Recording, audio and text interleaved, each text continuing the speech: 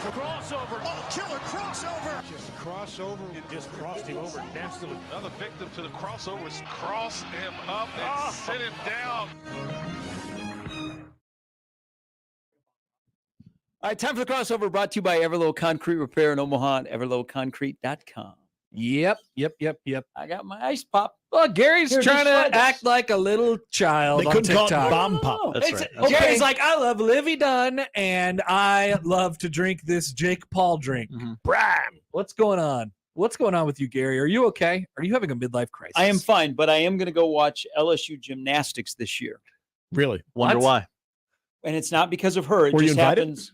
Somebody I know has a daughter that is on a rival SEC team, Oh my God. and she's really good. And so they have, he goes, you've got to experience women's gymnastics in the SEC. It just means That's more. not that's not a thing. Right? That's not a thing. Did they right? tailgate and everything? No, he said like they draw like 11,000. Do they really? Yeah, his Really? daughter goes to Alabama. And they Really? draw, Like in a non-Livy Dunn. yeah, he said Matt they Rhule? draw like a lot of people, like Meet- women's gymnastics. Yeah, in like the SEC. Alabama, SEC. Auburn is Yeah. drawing 11,000. Well, I don't know that. He It said gets pretty they chippy. draw a lot. So she's a freshman there. Do they Um, boo? Do they boo the opposing team? I don't know. He said, hey, I'd like to you know. got to come see this. Alabama gymnastics attendance. For the 2024 season, the Crimson Tide had a total home attendance of over 52,000 fans. Total. Yeah, I mean, that's pretty good. So right? maybe Oh, have, like, yeah. They don't have that 5 many meets. meets. Does Paul get calls on gymnastics? Great Do question. they have hot takes? I didn't know that it was. I didn't know that it was. It just meant more. Hold on. We have, Everything means more in the SEC. I mean, we might be making a road trip here. I have to look at LSU's gymnastics roster. I've been told that we know somebody. LSU's gymnastics roster. What do you mean Yes. we? I don't think we know somebody. Hold on here. I'm hoping, Hold on. Yeah, I'm Do they have curious a? about Do they have a this. local? but I'm skeptical.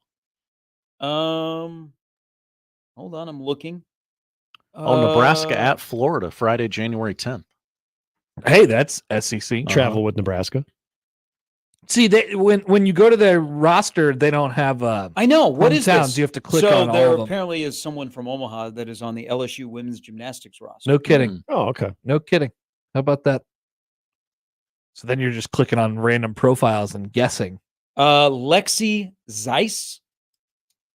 Lexi Zeiss. Where's she from? Well, we're clicking here.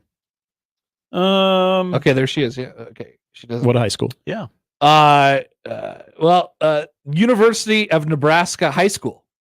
What? What's that mean? This is a made-up Is person. that our IMG Academy? That we sounds have here? made up. This is a made-up person. University of Okay, Nebraska so High she is School. They're a faking it. she's a School. two-time U.S. national team member and 22 world champion, top-rated recruit out of Omaha, Nebraska. What is the She is ranked University of 4 Nebraska High stars. School? 4 stars by College Gym News and 5 stars by College Gym Fans. Oh, they got a Five focus. star. So is she homeschooled? It must be.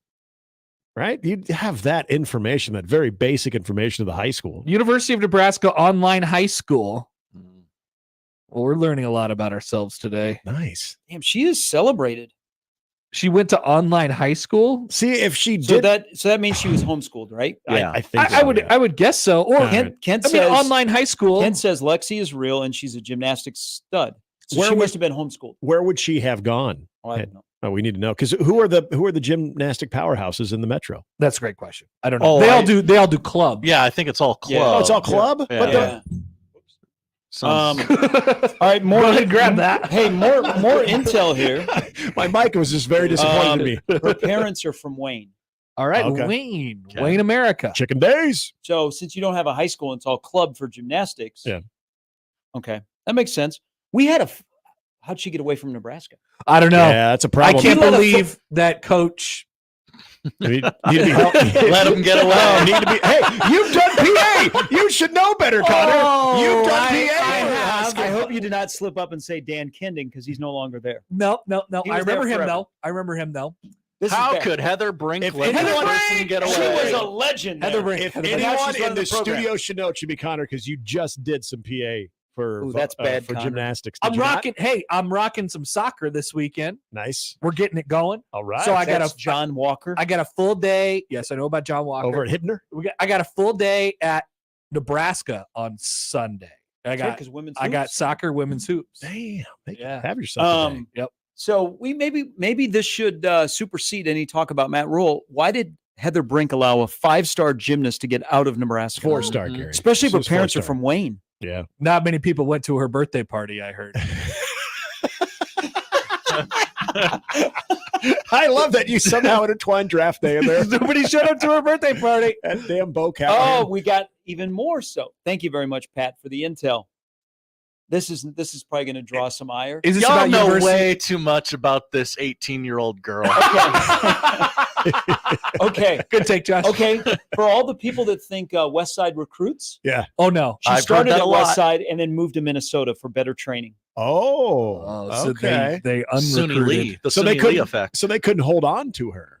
Okay. Yeah, West she Side is played losing for its the. grip. Yeah, they are. They are. Damn it.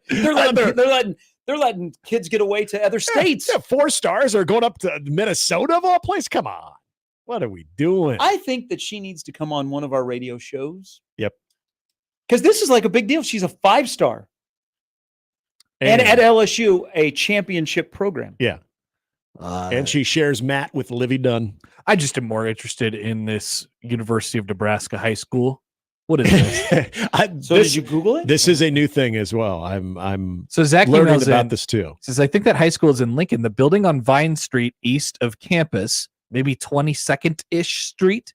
It's by the parking lot where the university keeps all their campus equipment. Oh.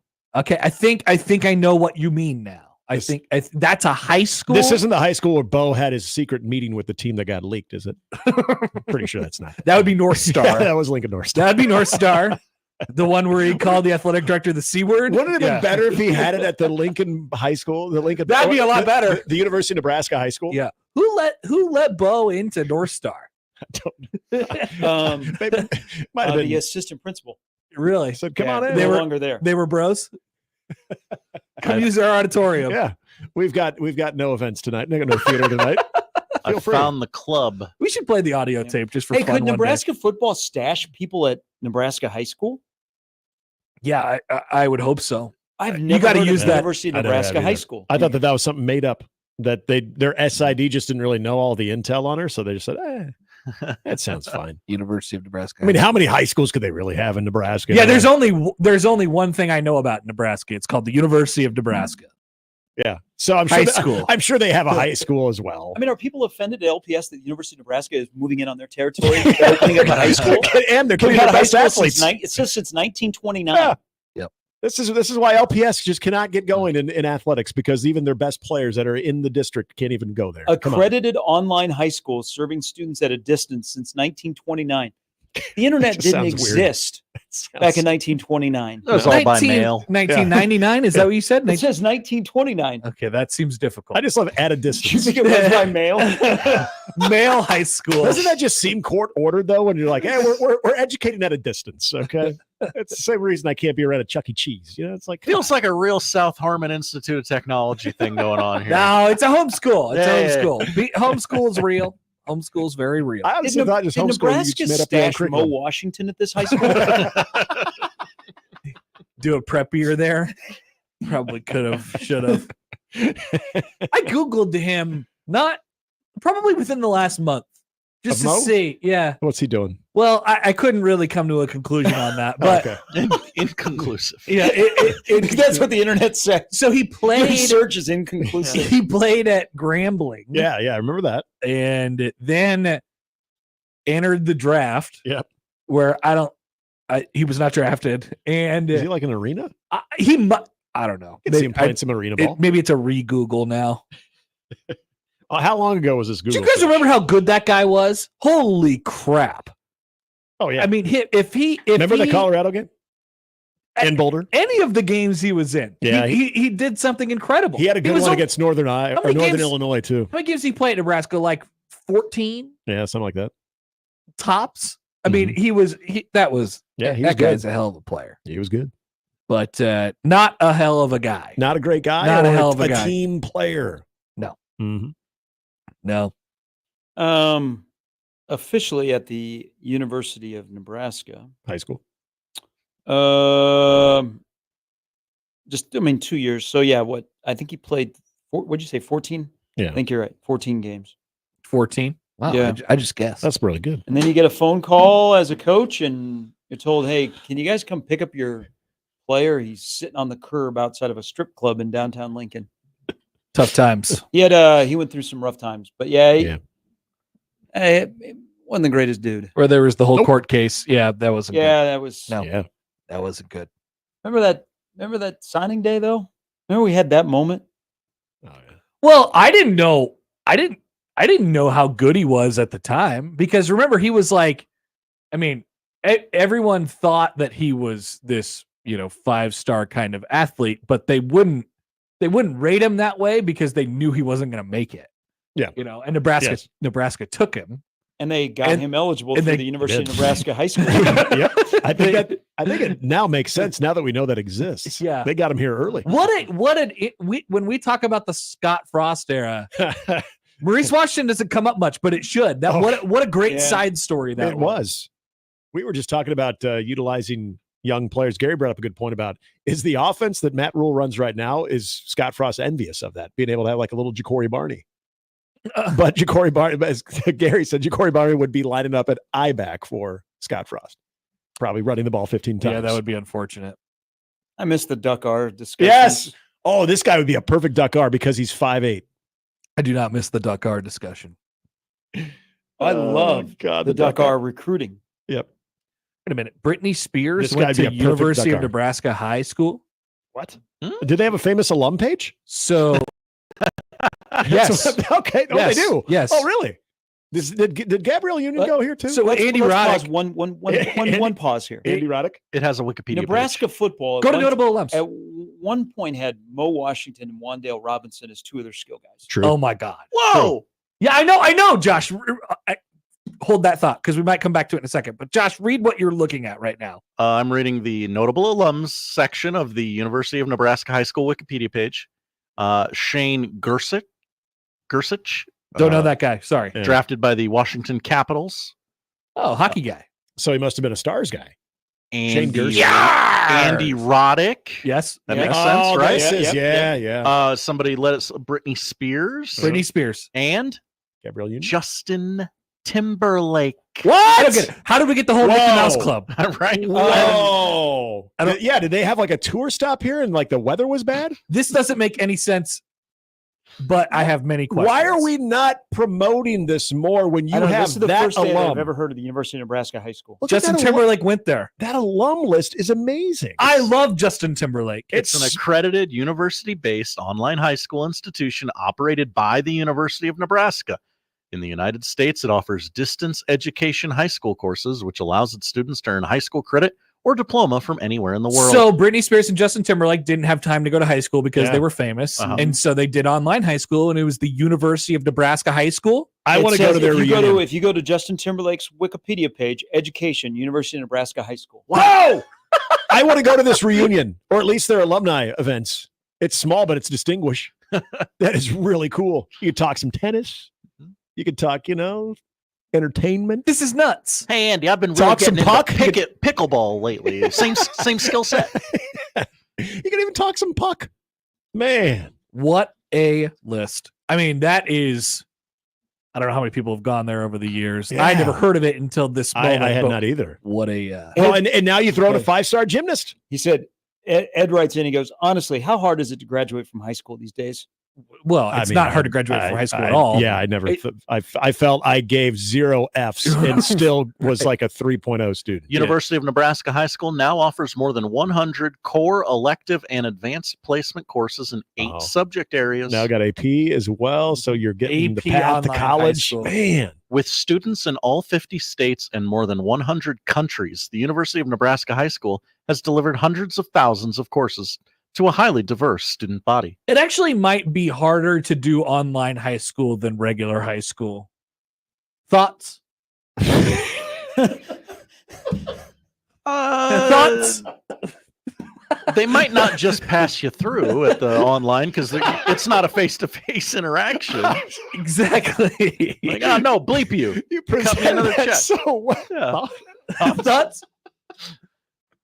That's just a Is it minor. because you're missing out on the social engagement? Well, I Because mean, like- based on its most prestigious alum, they Well, have no like, problem you are- It's like if socializing. all you have to do is show up to high school and you're in. You won. That's true. Yeah, graduated. you hand in your homework. Yeah. And you're good. Barely. Could be bad homework. You don't even have to do that. Yeah, that's true. But online high school, Meet the staff. You might be a little bit more accountable. yeah, you actually got to do stuff. Do they have like a famous staff? I'm meeting them right Okay. now. Is it AI? No, these look like real people. Man, what is their There's staff 11 meeting? of them. What is their staff meeting like? Do they get together in like an actual 3 dimension? Well, we thank everybody for their knowledge of Lexi. Now I have Tim here who has knowledge of this school. Of course, He goes, I know a catalog. lady in Ogallala who does all of her son's online schoolwork at this high school. She does this to maintain crippling control over him as he just goes hunting. He won't ever be prepared for the real world. He just goes hunting. He's a Monday through Friday hunter. I suppose that love is if you have some parents that are willing to do that for you, then online high school, you actually don't have to do anything. That kid at is all. not going to be prepared for real world stuff. Unless he just becomes a professional hunter. Yeah, maybe he'll sell like hunting land. God, Here's a very lucrative game. It's $250 for a non-Nebraska resident for 1 semester course. Ooh. All right. Do they have A little schollies? steep. Do they have schollies? Good question. I don't know if they have at least some financial do they have gear? assistance. What's their Is there a mascot? shop section? Yeah, where's my Like, so they got to deal with the fanatics. last time Timberlake was in Omaha, he was wearing a Nebraska Strong t-shirt. He was. Shouldn't Now he we have know been why. wearing University of Nebraska High University of School. Nebraska High School? He should be repping that. Like, What they the have to have hell? gear, right? They should. What if when he got his DUI, he was wearing a shirt that said University of Nebraska High School? It's going to be bad for the tour. What if, what if when he was fumbling for his driver's license, he handed over his University of Nebraska High School His ID? ID? Crap. That's all I got on It's me. my high school end card. Oh my God, this is amazing. I- This is one of the best discoveries of the year. Incredible news. Incredible. It really news. is. And thank you to a 5-star gymnast at LSU Yeah, for there you go. helping us discover. Well, and she's going to be added to the notable alums, I believe. I mean, you don't just make that move from West Side. If you're leaving West Side, you're going for much greener pastures then. Okay. Like I'm talking Olympic type stuff. So this is probably a topic worth discussing. Okay. Brian says you can almost guarantee that Timberlake has no idea that he attended the University of are Nebraska. you suggesting that his parental units, much like the text or email that Gary got, that they crippled JT because all he does is sing and perform all day? Well, Instead of worked out hunting well all day? for him. It did. He's a triple threat. Yeah, He that can is true. sing, he can dance, he can act. But so if you ask JT, hey, Justin, where'd you go to high school? What do you think he would say? He'll be very robotic and canned and say University of Nebraska High School. But do you think he knows? Yeah, yeah. We I had don't class know. on set. And then you say, do you know where that's at? I don't think I No. I just Googled, there's like no interview where he mentions it. Crap. See, that's what, unfortunate. But That see, would've we been need great. to have more on Testimonial. like why they chose this school. yeah. Was it the only one they offer? Are you suggesting Lou Pearlman was not on the up and up? You mean what does Lou do? Well, nothing now. He's no longer with us. Well, Oh. So the University of, well, UCLA, do they not offer a high school? Justin Timberlake USC? actually attended real high school. Where? In the Memphis area. Oh. E. Jeter Elementary School. Okay, not Yeah, real high Jeets. school. Yeah, Jeets. Fighting Jeets. Yeah, Jeets. He never attended college. Wait. When Timberlake was only 16 years of age, he briefly dated the 23-year-old Fergie. That sounds about right. Fergie? Like The Fergie. the Yeah, the Fergie? Fergie. Yeah. Brought her London Bridge down. No kidding. How about that? E. Jeter Elementary School in Millington, Tennessee. Dang, he was 16 and he was already attracting the 23-year-old Fergie. Good Lord. Oh, man. wait. Good for you. That's not legal. And then he was in trouble with the No, curve. not at all. He was in trouble with the curve. I'm glad you slipped that in there. Yeah. That movie What sucked. I mean, he was an up and coming announcer. I love Justin Timberlake, but it is quite the black eye on his resume that He was in trouble. He's in the worst movie. What of was all worse, time. though, that he was in that movie or that he pretended to be a play-by-play guy and he did the play-by-play and it was really awful? I didn't even know that part happened. He gives a glimpse and everybody at the bar cheers because it was so good. Are And it you was really, really serious? awful. Yeah. Oh, Yeah, it's yikes. Pretty terrible moment. No, thank you. Yeah. I love Justin Timberlake. He might be in my top 10 people. Do you remember what position he played when he was scouting? No, I did. He was I a only for- watched 20 minutes of the movie. He was It a was former just Clint pitcher. Eastwood hitting his big toe He was a on former the pitcher coffee that table. he was a former pitcher that could throw 95 plus. That Do you buy is that? shocking. No. Do you buy that? Justin Timberlake is no more than 5'9". Yep. Do you buy that Matthew Lillard was a All-American catcher at USC? Okay. And That played is in what I summer do catch? buy. That neck. Just now, to be fair, Justin Timberlake is listed at 6 feet tall, Is he? I don't buy it. which, going according to Connor's theory, means Nobody's he's 6 foot tall. yes. Yeah. Did you know the average height for the male species is 5'9"? I feel like that's shorter. that's Sad. I would have thought 5'11". Oh, look, Black Cat just sent us a link to some merch. Oh, they have merch? for- So they are red and white? UNHS. There you go. UNHS. UNHS. Are they more like, They are the Cornhuskers. are they class like C2? They're not like the little Huskers. No, Oh, they Like you should have be, the Ames yeah. little Cyclones. The Yeah, Corn they should be Huskers. the little. They should be little Well, Huskers. that yeah. feels like a hat buy for me. Thank you, Fanatics. It's all fairly generic. But Hey, by the way, did you get your Royals hat? The UNHS. I did the day after they were eliminated. Pain. Oh, And now I have to go through the hassle of sending back the t-shirt. I'm not wearing that t-shirt why? It because it hurts me. was still a good year, though. It Still was had a good it year. was a good year, but It's a the conversation shirt says starter. October ready. Well, Is it dated? Does it have 2024? Yeah. Oh yeah. Oh. Yeah. Oh yeah. Okay. Oh yeah. I still have my Right. hoodie from 2015 when they won, and it says something like that. October born. I or think a something like swap of that to a UNHS shirt would. that. That's too be late. ve- It's be very already good. coming back to Fanatics. I guess Okay. I'll get some fan cash for it probably. Yeah, you'll get fan 7 cash. cents. Yeah. Put that towards some UNHS stuff. I kept the hat though. I got the hat with the postseason insignia on the side. It's nice. It's nice. I can only get so many C hats, but because I refuse to get the one with the ball and the Thor wings. I hate that logo. It's the most god-awful yeah. logo. So Oh, I can't. yeah. So I'm just. It's whatever colors that they like to throw at you with the C logo because that's all I will buy. So I'm limited. Yeah. You guys have some good hats. Are you getting some postseason gear? I have a shirt, a long sleeve. Did it say October shirt. ready? Yeah, I think it does. Unique. Mm-hmm. Very cool. Believe that's all blanket Hey, did approach. you get a postseason shirt this year? Up. Well, somebody called.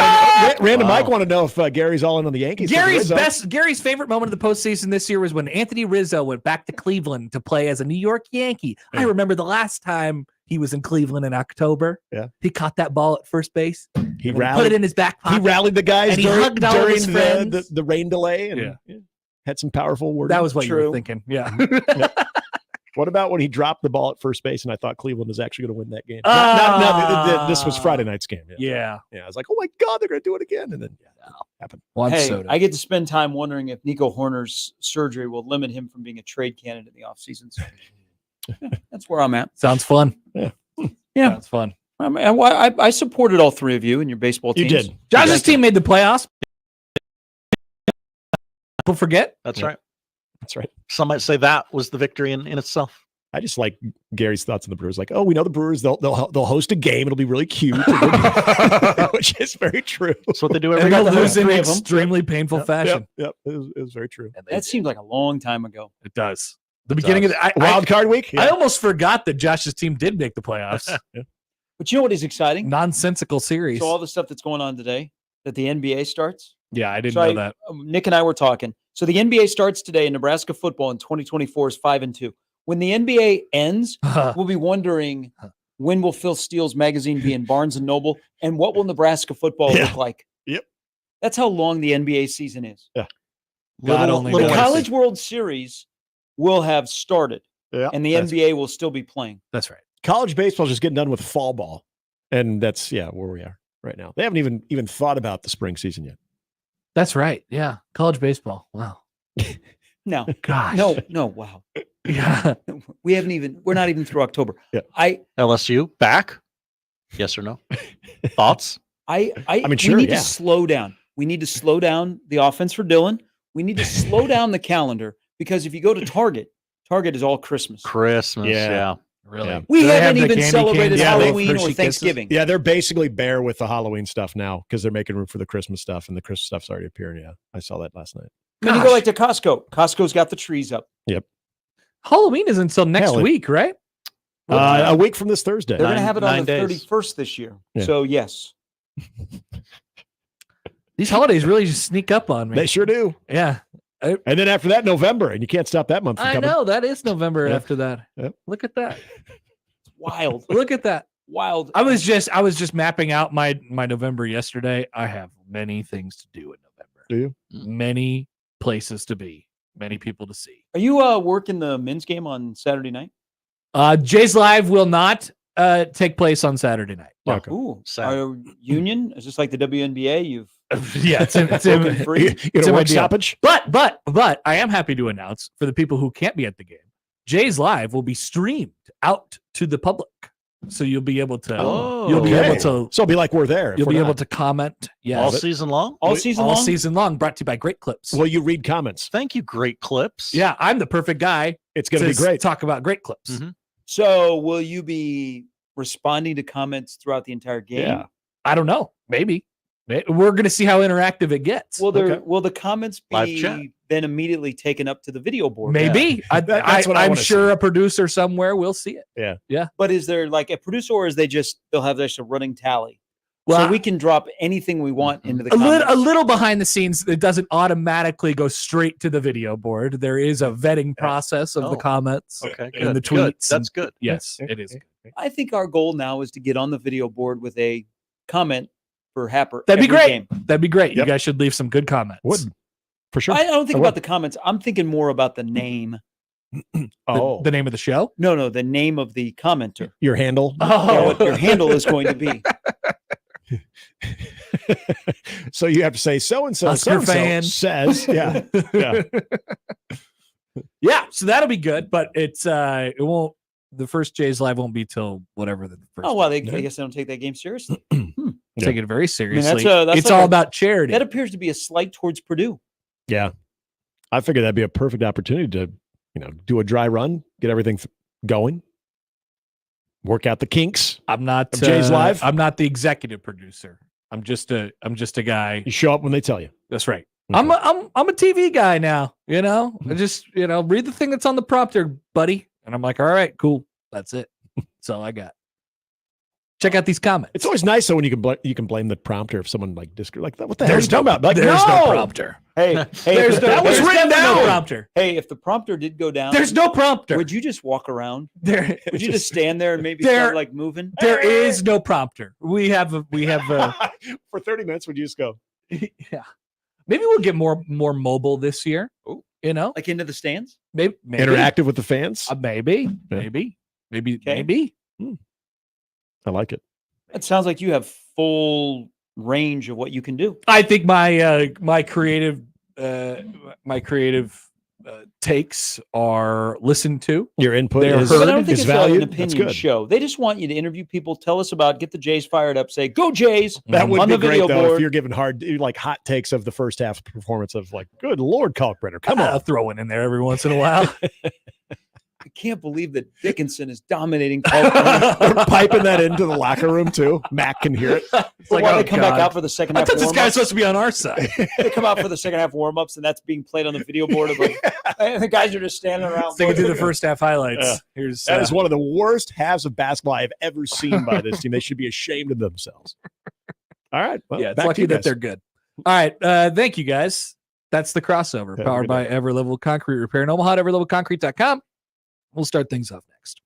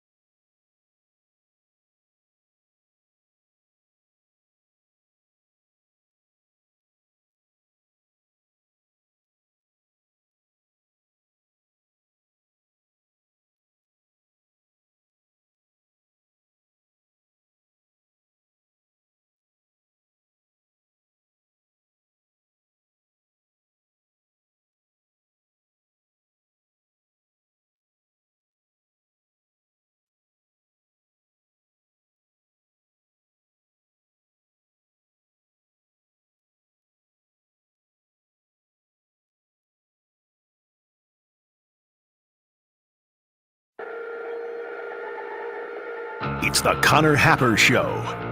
Are we sure we want to do this? Could you, make an announcement that we're ready? It's the Connor Happer Show on 1620, The Zone.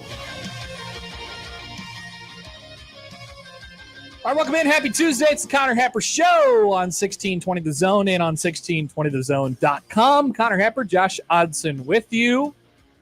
Many things to react to from last night in the NFL. Oh, man, I hate when we have injuries where they don't even show the replay. I did see it. And especially in a situation like that where, the Bucs knew that they were fighting this losing battle, trying to come back in this game. And they got an onside kick, and they weren't going to win. And one of the final plays of the game, Chris Godwin has this horrible, horrible injury. Ugh. Did not like it. But we did learn eventually that you can kick it onside as many times as you want in the fourth quarter.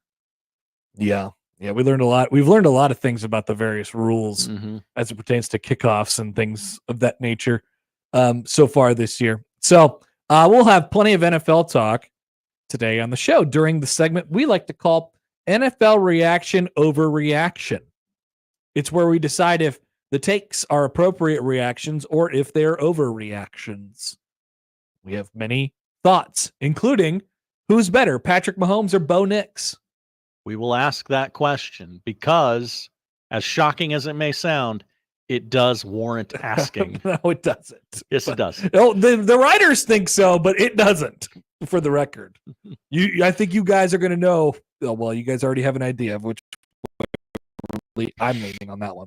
Also, Josh's bottom 5 NFL teams. Who makes an appearance in this category? We will wait to find out. Our lineup today is Allan Bell, is Jacob Bigelow. That is powered by the referees at John Higgins Weather Guard. We'd love to hear from you guys. 402-951-1620. On the 42 Degrees of Source hotline, you can call or text that number, tweet at Happer Show, at Connor Happer, on the J-Tech Construction Zone Twitter feed. Today is NBA opening day. Where's the bunting, Josh? I ordered it. It just, it snuck up on me. It wasn't here in time. It's really a great point that I saw Jack made the point earlier, and Gary just made it during the crossover. When the NBA season ends, we'll be sweating downtown, and we may have just got our hands on the first iteration of Phil Steele's College Football Magazine. Oh, hell yeah. It feels like it's years and years and years away from now. It's so long. What a long season. That it will go through many, many different iterations throughout that time. What are the games tonight, Josh? Are there games? There are 2. There are Knicks Celtics and then Wolves Lakers. Knicks Celtics.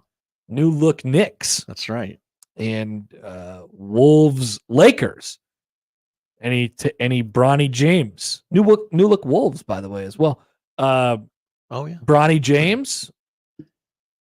He's certain to get in the game tonight. Both of the Griffies will be in attendance as a show of support. Really? I guess, yes. Really? Ken and Junior and Senior have said we'll be at the game. Because they felt like they needed to? Yeah. Hey, we have to support fathers and sons. We have to pass the torch. Wow. Okay. Good job by them. I wasn't expecting that, but so they'll probably stop the game for 7.5 minutes in the middle of the third quarter and do a ceremony. Also, it is the NBA opening day, which means many of its best players have decided they're already load managing to start the season. Kawhi announced last week. This league. When I don't know where I was when I was doing something else, but I saw the little headline come across and it said Kawhi Leonard is going to miss the start of the season because of whatever injury that he has now. How many games has that guy actually played for the Clippers?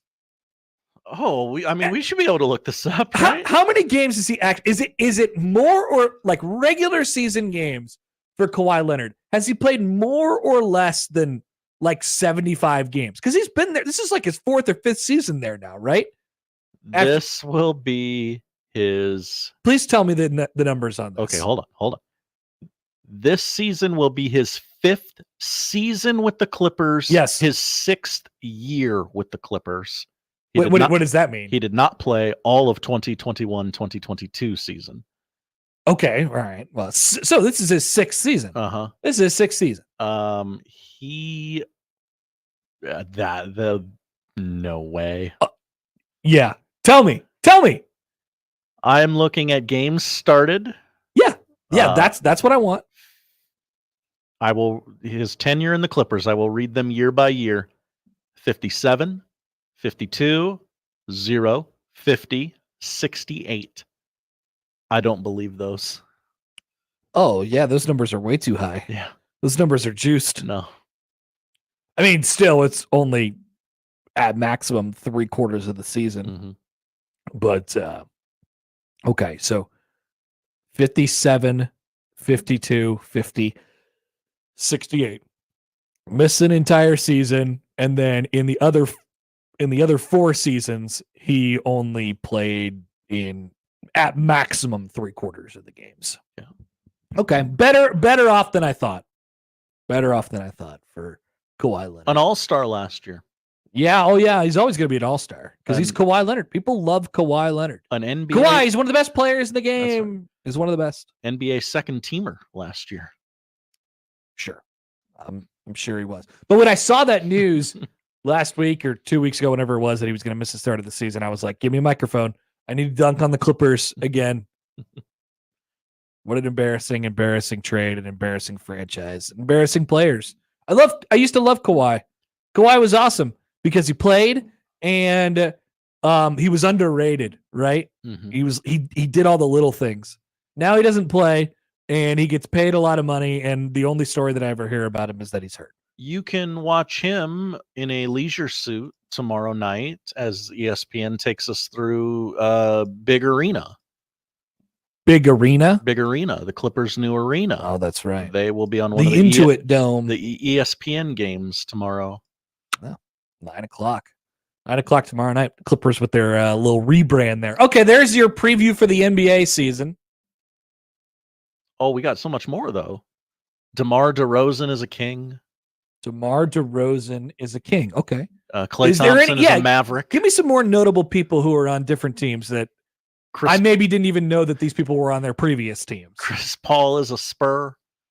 Chris Paul is a Spur. Okay. Chris Paul still in the league. Nice job. Yeah.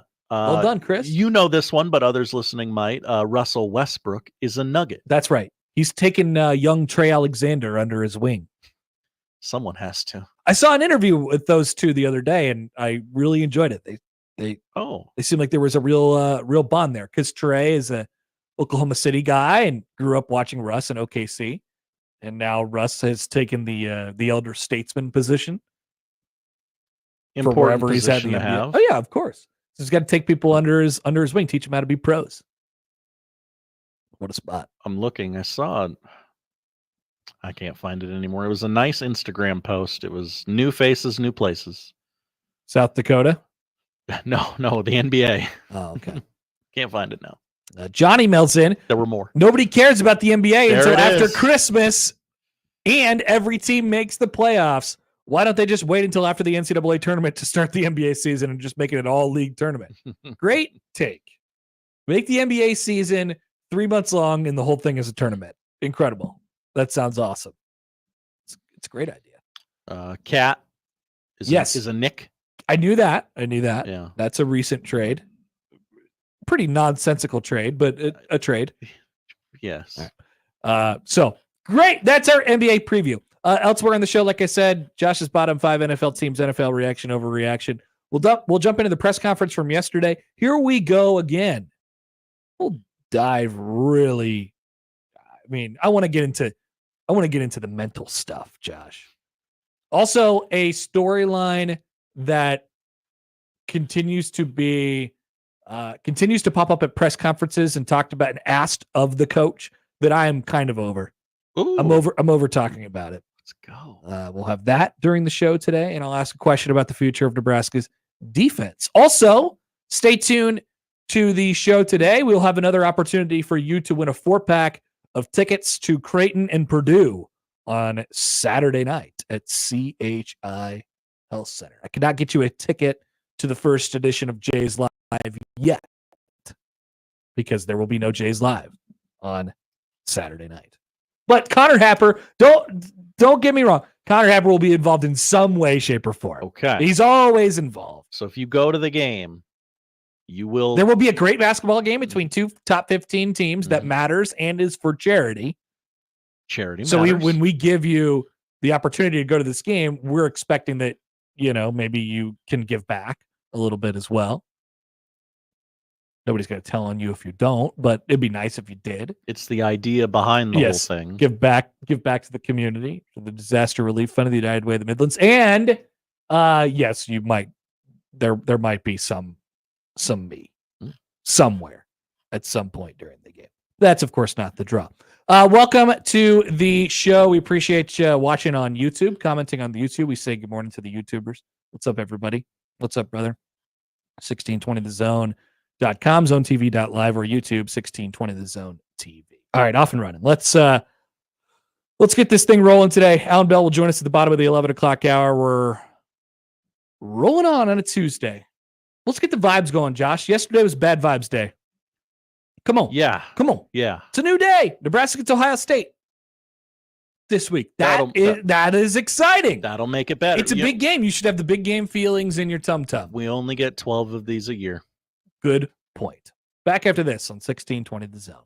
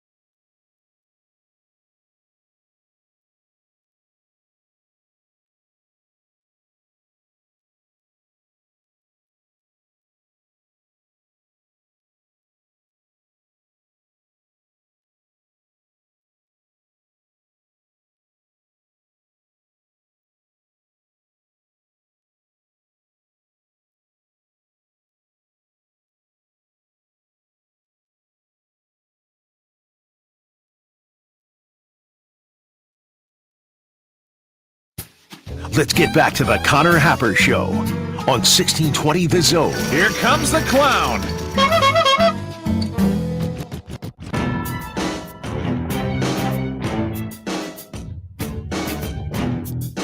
This week's Zone Deal is to Stories Coffee Company, serving premium coffee roasted on site. Or if we're from New York, you like to call it coffee. Coffee. Don't talk to me until I've had my morning coffee.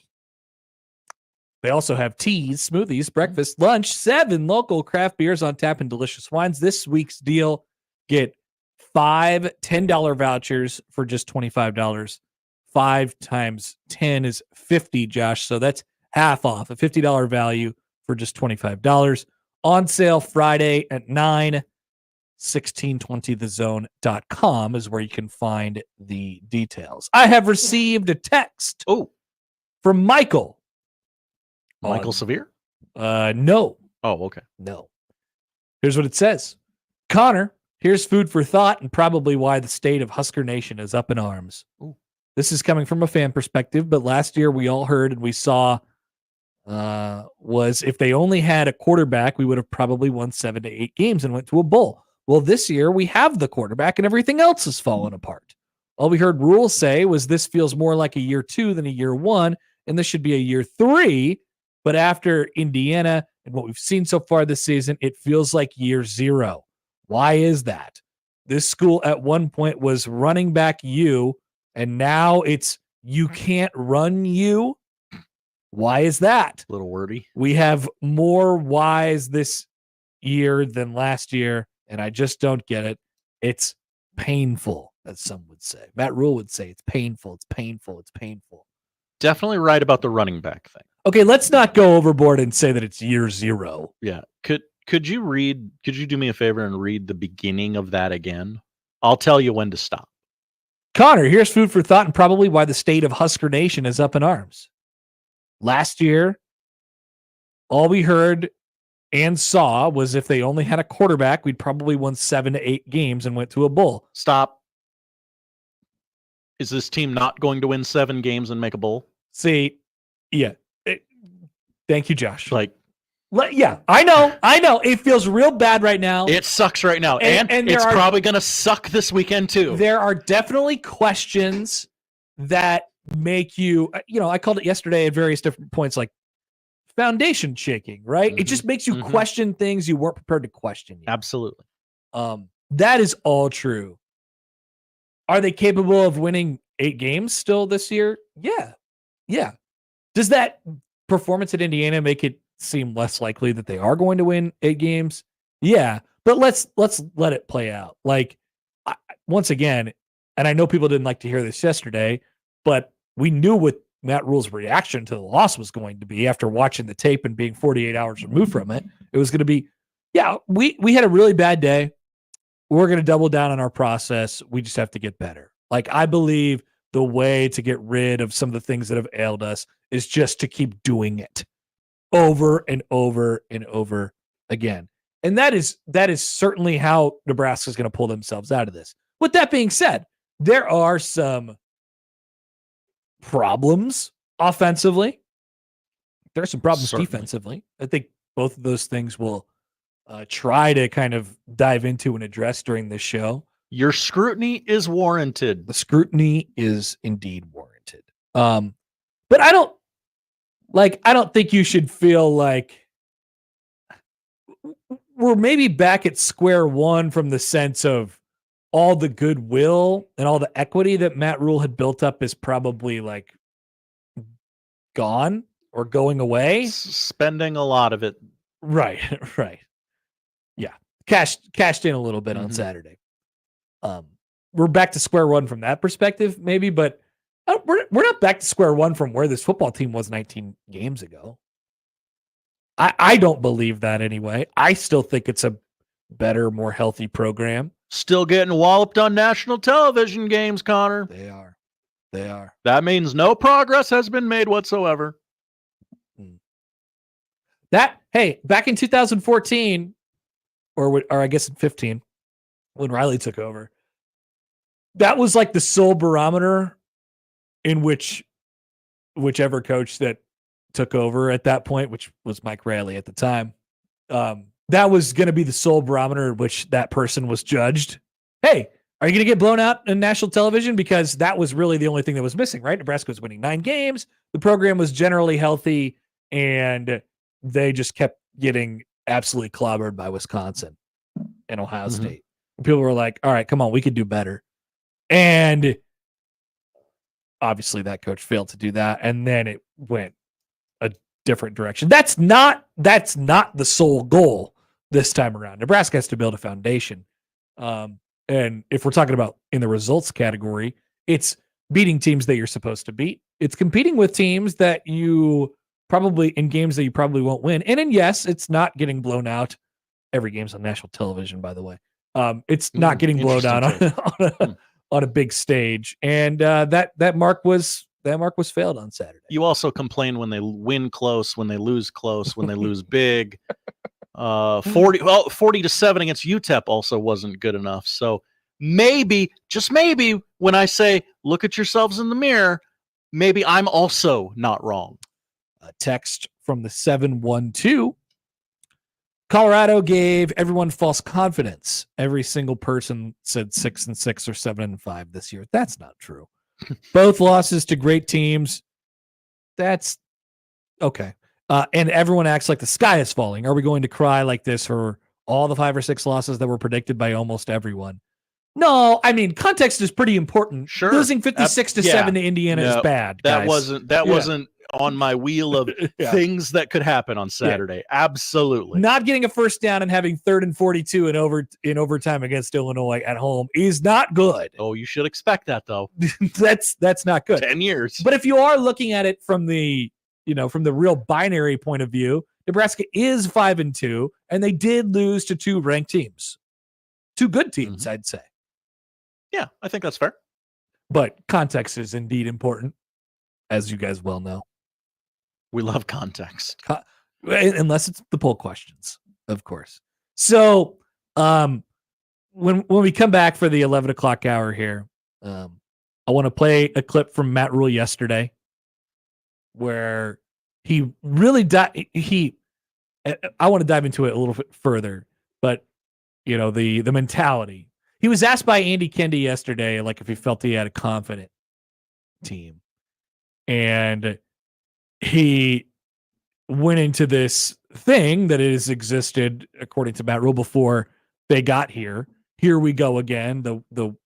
That part, and I want to talk about what Nebraska can do about that, how it can get over that, or like how it can prevent the next quote unquote generation of players from acquiring that disease.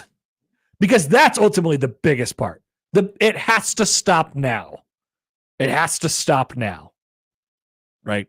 So how does Nebraska get out of that? We'll get to that when we return. It is a Tuesday on the Connor Happer Show on 1620 The Zone.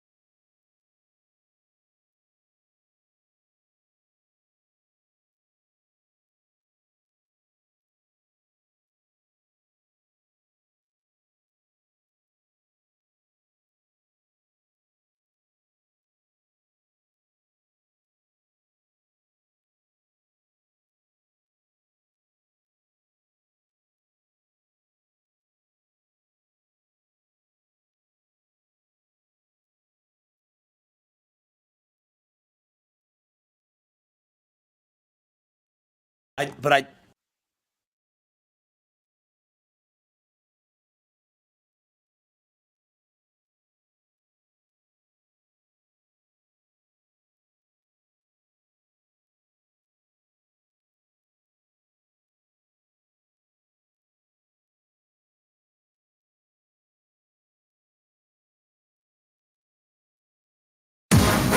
does it the only way he knows how. With his massive sports brain sprinkled with a smidgen of rabble-rousing. Let's get back to the Connor Happer Show on 1620 The Zone.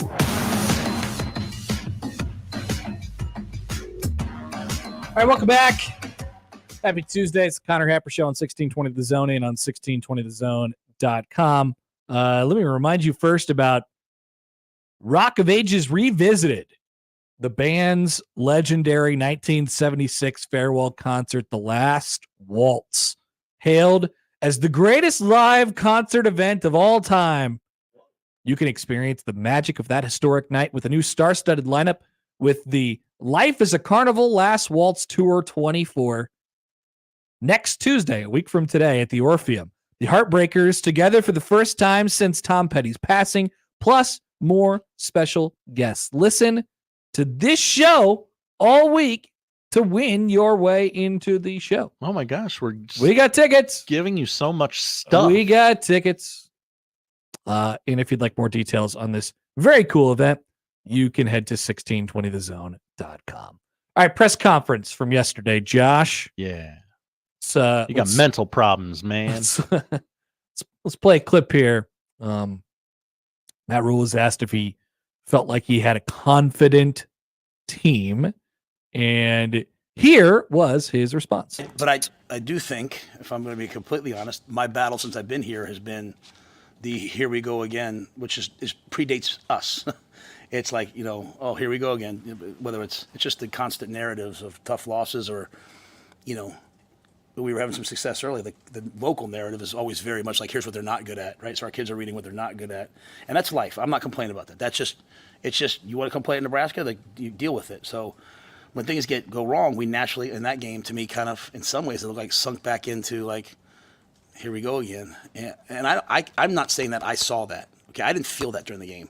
I was competing to the end. But that's, as I talk to people, that's kind of what they said. I think it always comes down to just football. Like if you're supposed to be in the B gap, then be in the B gap. Like, don't go to the A gap. Like, touchdown hits because you're in the wrong gap. So whether that's confidence or whatever.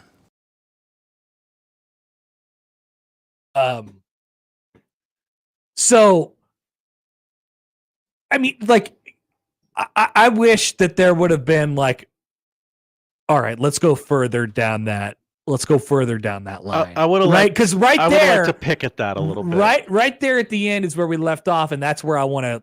That's my entry point. That's my door to a more interesting conversation about this.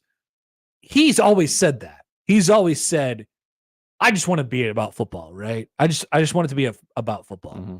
and that is Nebraska's way back.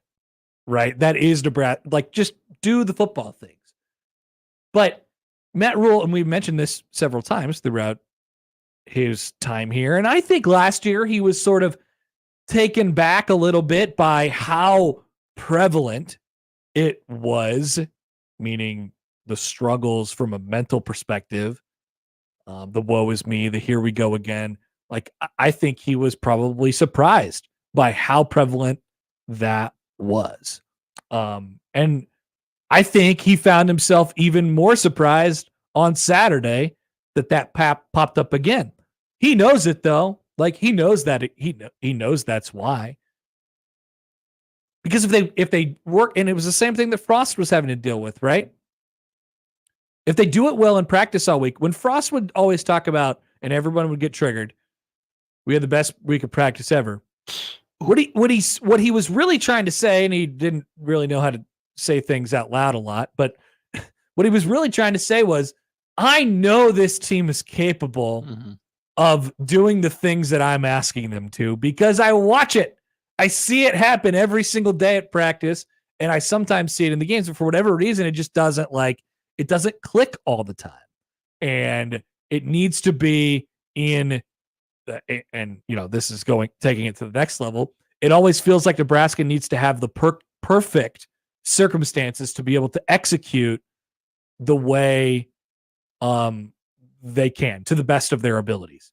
And I don't know why that is.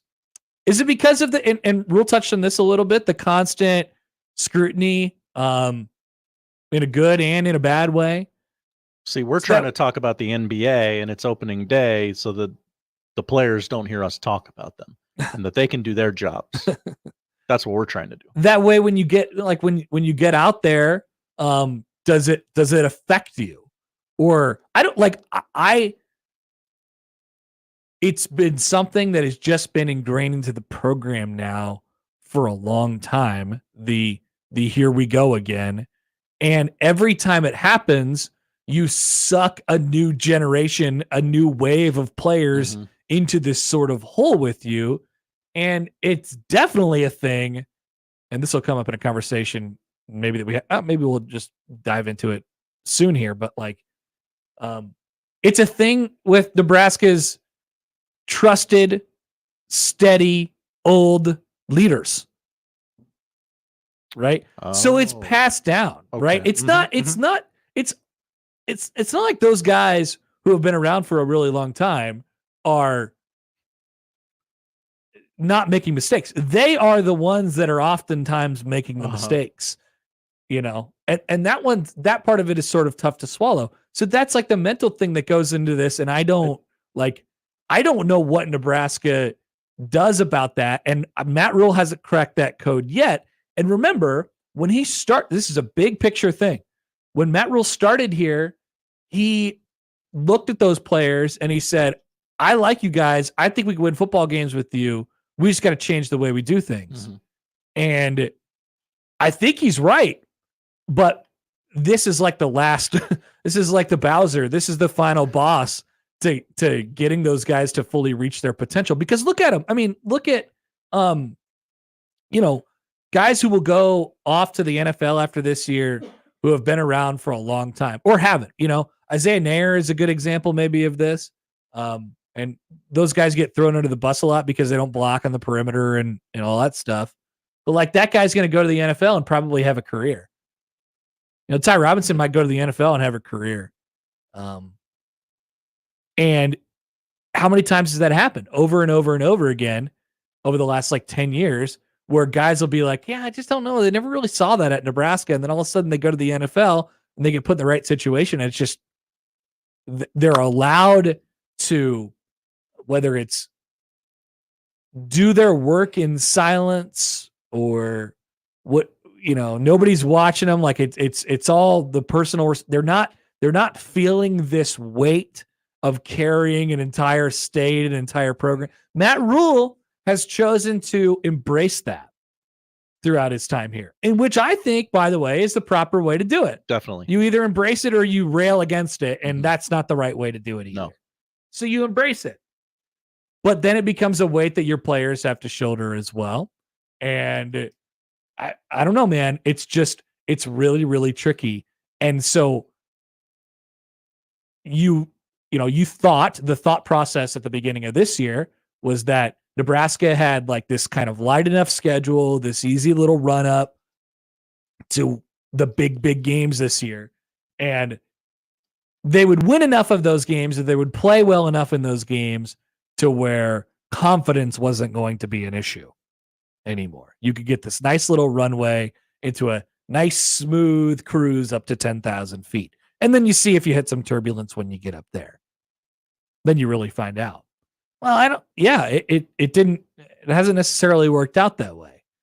And so there's a lot to that conversation, but no, I don't think watching, because like I said yesterday, they don't execute simple stuff, simple things that he knows. I know, we all know that they can execute. They wouldn't be football players in Nebraska if they couldn't do the things that they were being asked to do. They can. They're not going above and beyond trying to ask them to do these special things. But block the guy. Be in the B gap when you're supposed to be in the B gap. Block the correct guy. Leverage the right area. Whatever. Be in the right run fit. Trust the guy next to you. Your guy's going to do the Yes. same thing and block his guy. What I see a lot of the times is, especially from those older guys, is that oftentimes they will be trying to do too much. Mm-hmm. Frost talked about it a lot during his time here. Like, they want it so bad. They want it so bad. They want it too bad. They want it too bad a lot of the times. They want to be the class that brings Nebraska back, and it's very noble. Would love for it to happen for you. Yeah. Adam writes in, he says, this is year 2. The culture should be changed by now. I think, I think we're talking about two different things. Like, culture is an all-encompassing word. I think Nebraska's culture is a lot different. I think the way that they're lifting weights again. I think the way the players interact with each other, the way they interact with the media, the way they interact with the public, like they have been taught, and therefore they take on the personality of a different culture. It's a different culture. But when you go out there in the field, it's like, I don't know, it's not the culture, right? It's a thought process. Like, you still have to do your job. Mm-hmm. And if your brain's not in the right place, if your mind is somewhere else and it's not focused on the thing right in front of you, and you've been trained over and over and over again to do that job, then it's not gonna work out for you. Why do I watch other programs all the time and I see them play so freely? Mm-hmm. I see them, they move with such freedom. They're confident. They tackle. They celebrate. They celebrate each other. It just never seems that easy with Nebraska. It just feels like there's so many other things on their mind while they're playing football. It's just that is a thing that's there in that program. The way we talk about this, here we go again thing, we always talk about it as if, like, John Bullock is like, freshmen, come over here. Let me tell you a little story. Whenever it starts going bad, you can just stop, because it ain't going to change. It's just going to keep going bad. It's the demons that haunt this place. And it's like, no, it's do your job. The guy next to you is going to do his job. And together you'll get the whole unit moving forward in the right direction. I don't know how you make that mental shift and that physical shift of, okay, we all got to just drop this, and I don't either. Kind of get tunnel vision, like, okay, I'm going to do my singular job, they practice and we'll it. all move together. Yeah. They practice it. I don't know if it is practice harder, get yelled at more. I don't know what it is. So John says on the text line, John says failing to execute equals bad coaching, and lack of focus equals coaching. Bad coaching. No doubt. Like, they have to get whatever, like, maybe we're right, maybe we're wrong about us sort of tearing this apart and trying to open up the program and seeing the inner workings of inside the brains of these guys. Maybe we're right, maybe we're wrong, maybe it's this, maybe it's that. Either way, yeah, I mean, it is ultimately up to the coach and the coaching staff. It is their responsibility to be able to fix it. It will determine the success of this program under Coach Rhule. It will determine. They have to fix it. So, it's not an if, it's not like this equals this. Ultimately, it is up to you, because this is the roadblock, in my opinion. This is their main roadblock that they face, and it's been 19 games. And it hasn't been fixed yet. And maybe the simple answer is, all right, well, you move guys out, and new wave of guys come in. But it's been that way for years. It's been that way for years. And to be fair, yesterday, I think Matt Rhule sounded a little lost, a little like, hey, if I had the answers, I would tell them to you, but I don't have the answers for what happened. I would like to. I'd love to. It would really help me if I did. But I just don't have the answers. He only knows one way of trying to go about this. And that is just keep doing what you're doing. Do it until it works. That's it. That's what they're going to keep doing. That doesn't mean they can't change, and tweak things, like from a schematic standpoint, offensively, defensively, like they have to get better at that piece of it. But as far as being able to put players out there and trusting them to execute simple things. They just have to keep, they have to keep trying. It's really, it's really that simple and that difficult at the same time. I don't know what the other way to get it, because you can't manufacture situations where it's always going your way. Mm-hmm. You can't. You can't. Okay, this Saturday is going to be exactly like the Colorado game. You gotta come out. You got to be that amped before the game and in the first quarter, and then the rest will fall into place for you. Nick from St. Louis writes in. Hello, Nick from the Lou. He says it's been 3 staffs now. It's not coaching. It's ingrained. Okay, but it's this staff's job to figure it out, and it's the next staff's job to figure it out, and it's the next staff's job. Unfortunately, and you have to do it all while there is heavy and intense scrutiny / praise if you do something. You have to do it all under the circumstances that Nebraska gives you. Nebraska can't shut the program down for a year and then reappear under this new name and this new, healed fan base. No, you inherit all of the things. Mm-hmm. You inherit all of the problems. You inherit all of the good things. But I think part of the reason, when Matt Rhule talks about his track record of success at Temple and Baylor, they want to combine 3 games in his first year at each of those places. And nobody gave a rip. Nobody cared. Did that make it easier on him to tear down to the studs and go through the real painful things those first and second years at those places? Yes. It makes it a lot easier. It does. So at Nebraska, that's just not an option. Mm-hmm. That was always going to be the thing that was non-transferable from Temple and Baylor to Nebraska. You can't do it in silence here. You can't do it under the guise of anything. People are always there. They're always there. They will care. And if Nebraska wins less than whatever games or doesn't play up to its standard, people will be mad at you and people will get fired as a result of it. You can't, is that Nebraska's best path forward? Do it without the scrutiny, the love, the hate, the attention, all that stuff.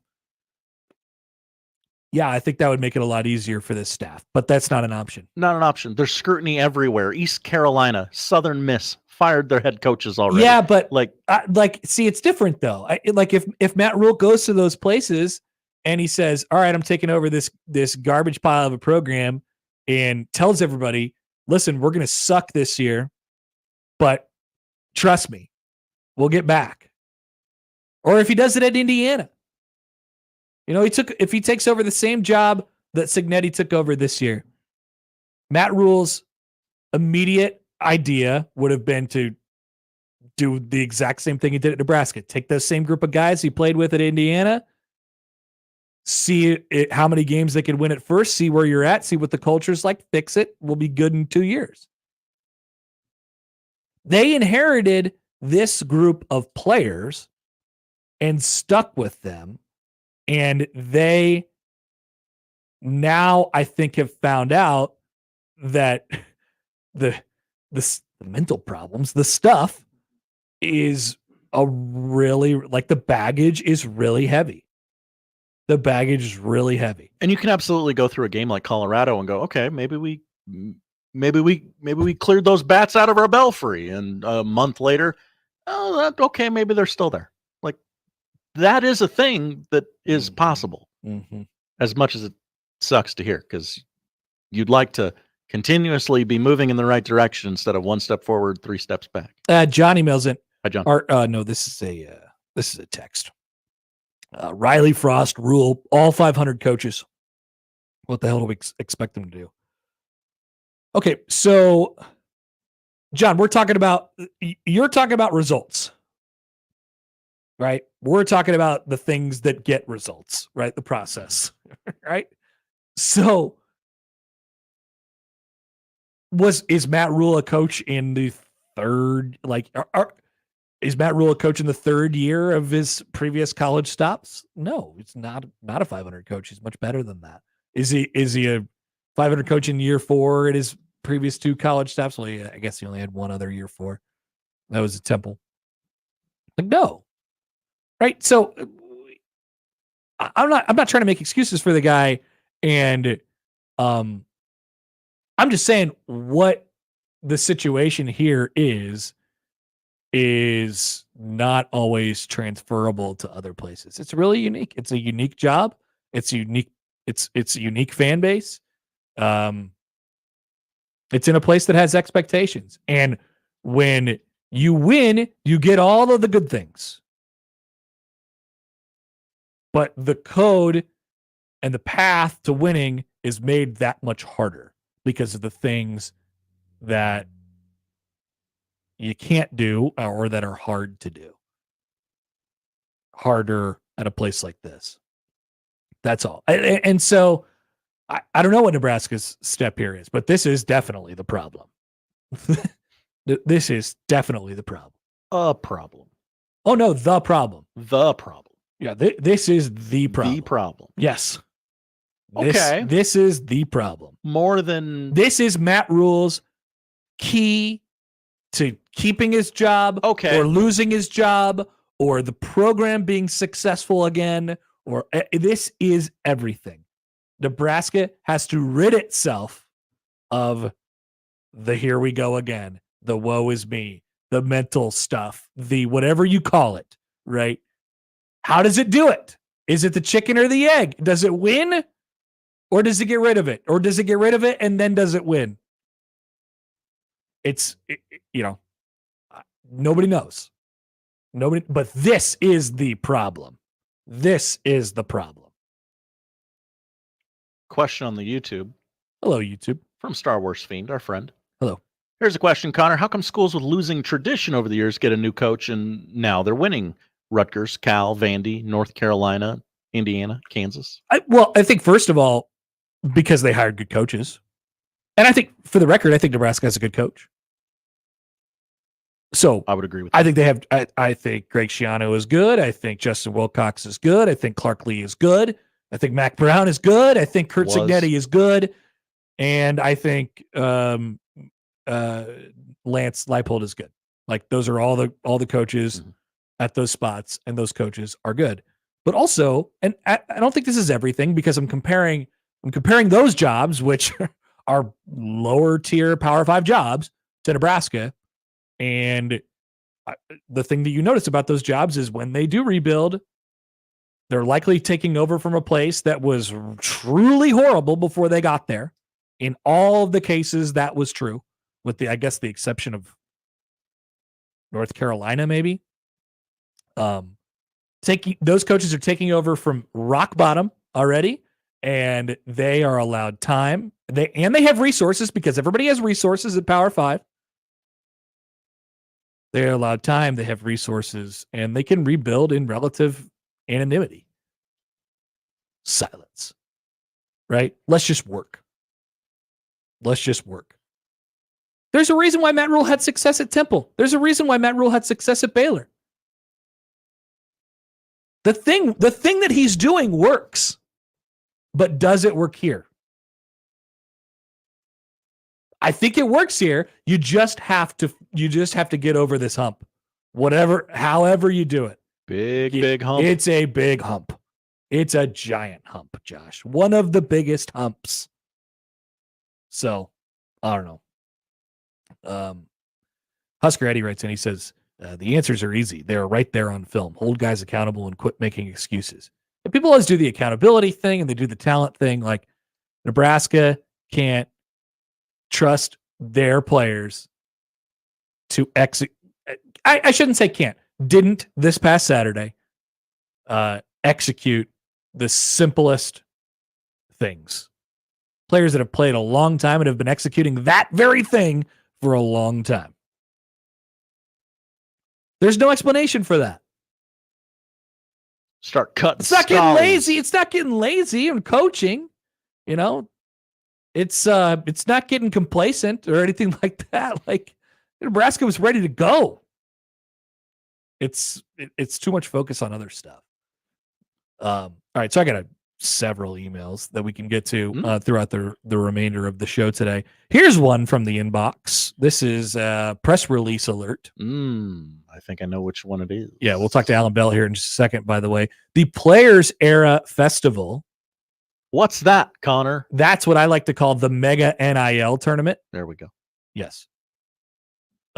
Players Era, an Ever Wonder studio company, today announced that the inaugural Players Era Festival will now feature a Players Era Championship Day on the final day of the festival, where they will crown a tournament champion.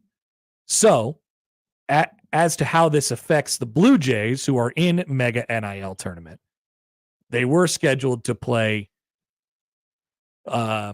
Tuesday, Wednesday, and Saturday. They are still scheduled to play Tuesday, Wednesday, Saturday in Vegas. They'll play San Diego State in the Power Division on Tuesday, bracket play, the Power Division. Hell yeah. And they will play Texas A&M as previously scheduled on Wednesday. They were scheduled to play Oregon on Saturday. It is still possible theoretically. No, actually it's not. Oh. They will not play Oregon on Saturday, November 30th. They'll get a crossover game from the Impact Division. Impact. So this was power. This was a thing that they had to, the NCAA, in order to like call this a real thing, they had to say, okay, well, it has to be a tournament. It's a tournament. It's a tournament. So they have to do a bracket play and then a champion at the end. So Creighton will get a third game at this tournament. It will be Saturday, November 30th. And the opponent is TBD. It could be Houston, Alabama, Rutgers, or Notre Dame. Play Alabama for the 37th Dear God, time. I hope it's not that. I'd really rather just play Oregon for the 37th time again. I don't know how to rig the standings of this tournament so we don't play Alabama again. Yeah, I don't know. That's another thing that they have to deal with. So, in addition to the $1 million in NIL opportunities per team earned from engaging in ancillary events in Vegas that week, there will also be opportunities for additional NIL compensation for teams and players after competing in the championship and third place games. The enhanced NIL value of these teams' players will be recognized by Ever Wonder and its sponsors, with the opportunity to engage in NIL activities after the games, while the players are still, quote unquote, on call. The additional NIL opportunities made available for the team that wins the championship game will be valued at $500,000. So an extra $500,000 for the team that wins, and an extra 250 G's in NIL for the runner-up, an extra 125 for the third place team, and an extra 100,000 for the fourth place team. There you go. Craig could be walking away with a sweet pot of NIL money. That makes a big deal for a small school in little old Omaha, Josh. There you go. Shucks. So no Dana Altman yet, but just wait till the NCAA tournament. They'll probably play again. It'll happen. All right, Allan Bell will join us on the other side. We'll talk some NFL for the week. Of course, I have a lot of thoughts in the inbox and on the text line about the Nebraska football situation. Their current plight. We'll get back to that in the noon hour. Coming back with AB next on 1620 The Zone.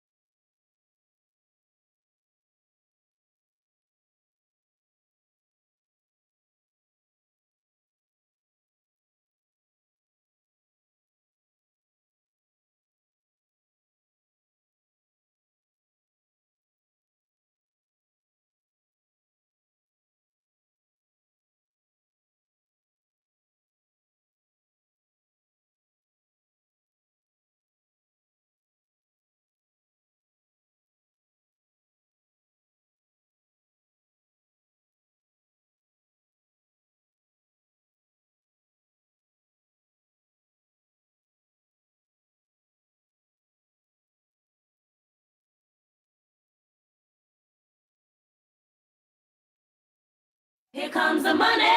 Here we go. Money talk. Here comes the money. Allan Bell, the AB3 on the Connor Happer Show on 1620 The Zone. Let's talk some football with Allan Bell of Driving the Line. Joins us now via the 42 Degrees of Source hotline. Hello, Allan.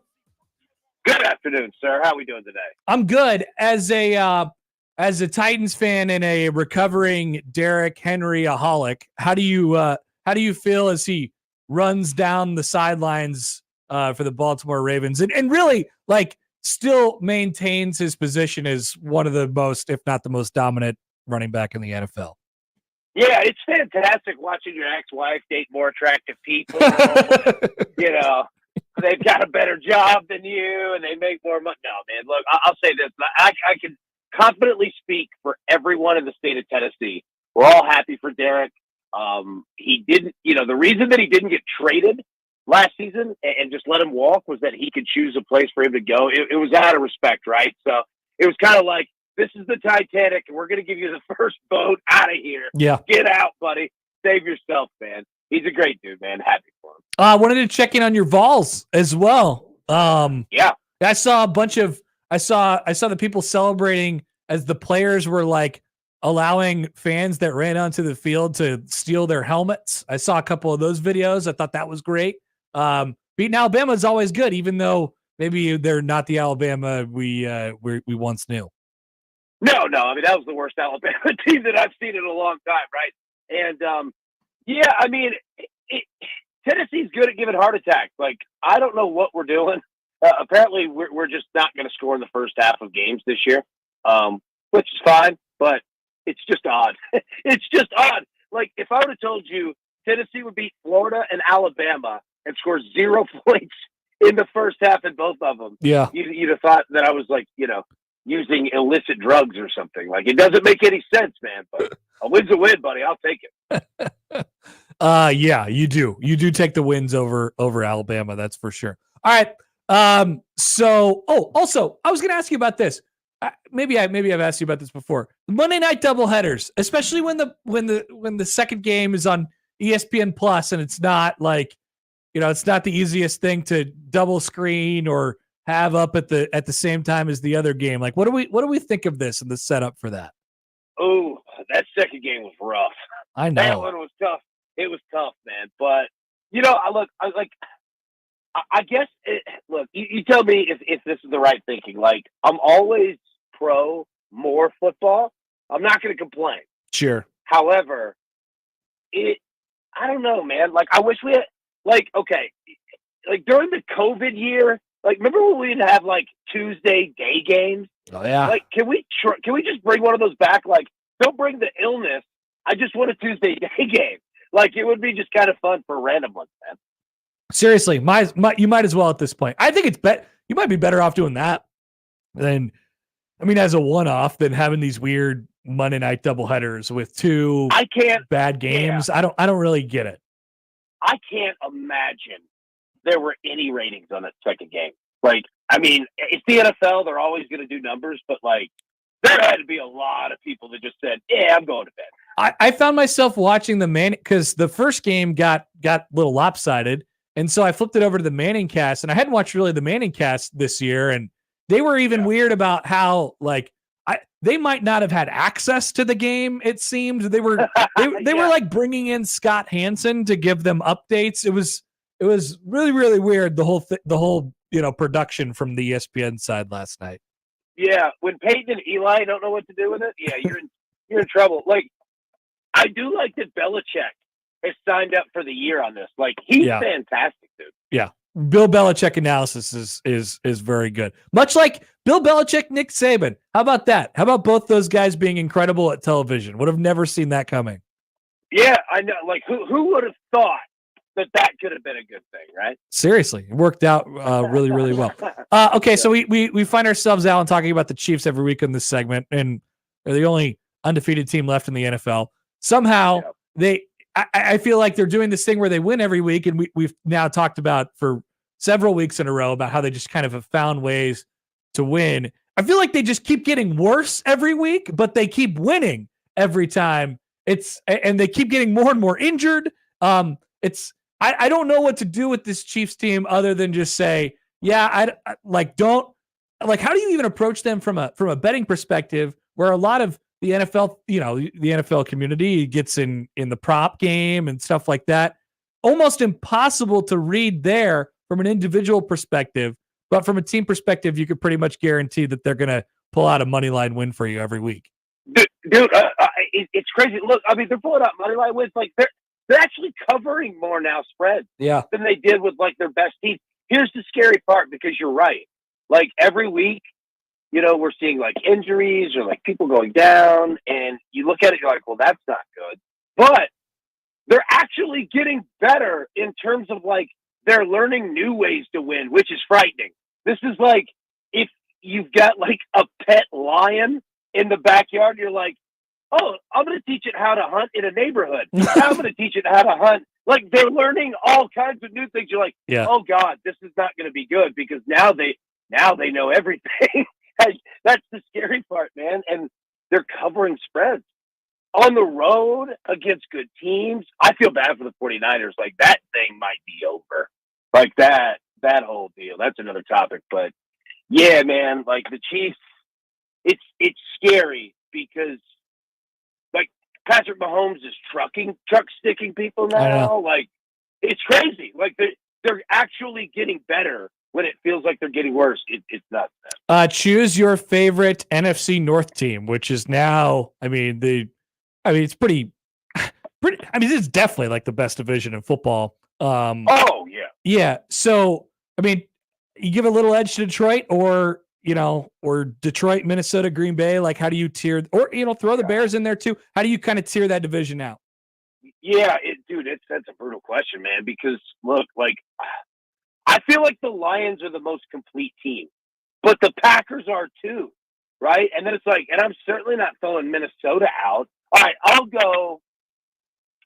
to go Detroit. Actually, I'm going to go Green Bay. I'm going to go Green Bay, Detroit, Minnesota, Chicago. And those 3-4 spots, dude, those are not out of disrespect. I know. Like, those are two good teams too. I think the Green Bay Packers might play for a Super Bowl this year. They have an interesting vibe to them. It feels like it's Jordan Love, and he's obviously he's quite good. Also, he just throws the ball up into the sky a lot, and almost every single time his receiver comes down with it, they have this like kind of team of destiny sort of look to them as well. You know what they feel like? The Chiefs.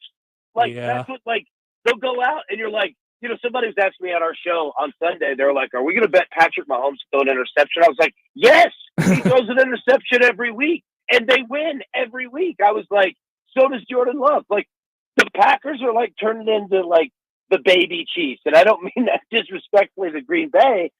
That's a great thing. Like, like you said, man, like, it's almost like the ball is magnetic, dude. Like, when Mahomes and Love throw it, somebody's coming down with it on the team. And same thing with Goff. Like, this dude apparently just doesn't even throw incomplete passes. Right.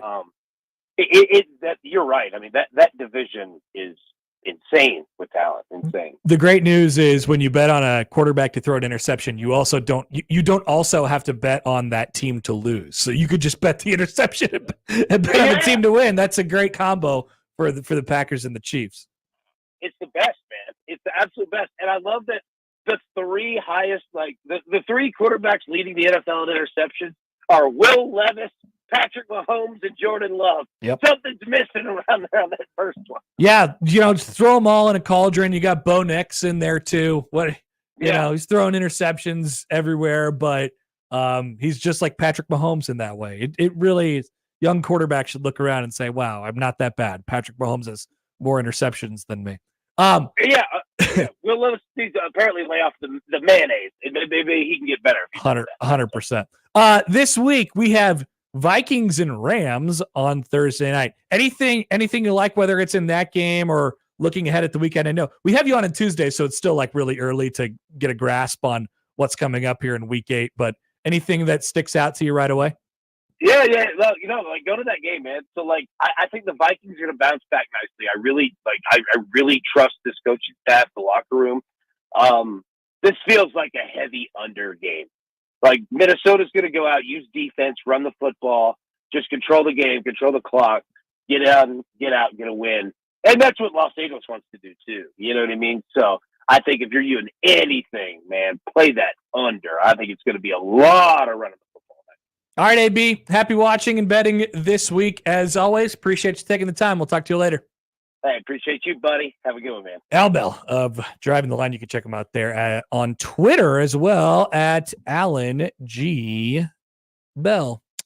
We will take a break. We'll come back. It is time for the odd news. Josh? I got it. I'm ready. Can't wait. Coming up on 1620 The Zone.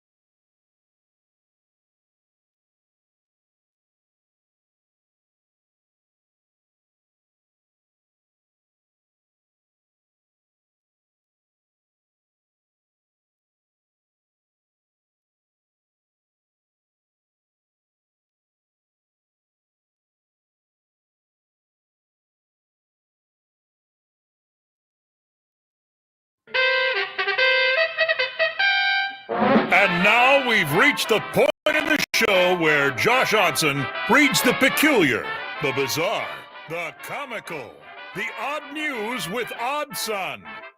Odd news, Odd Son. See what we did there?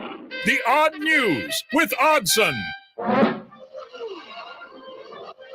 All right.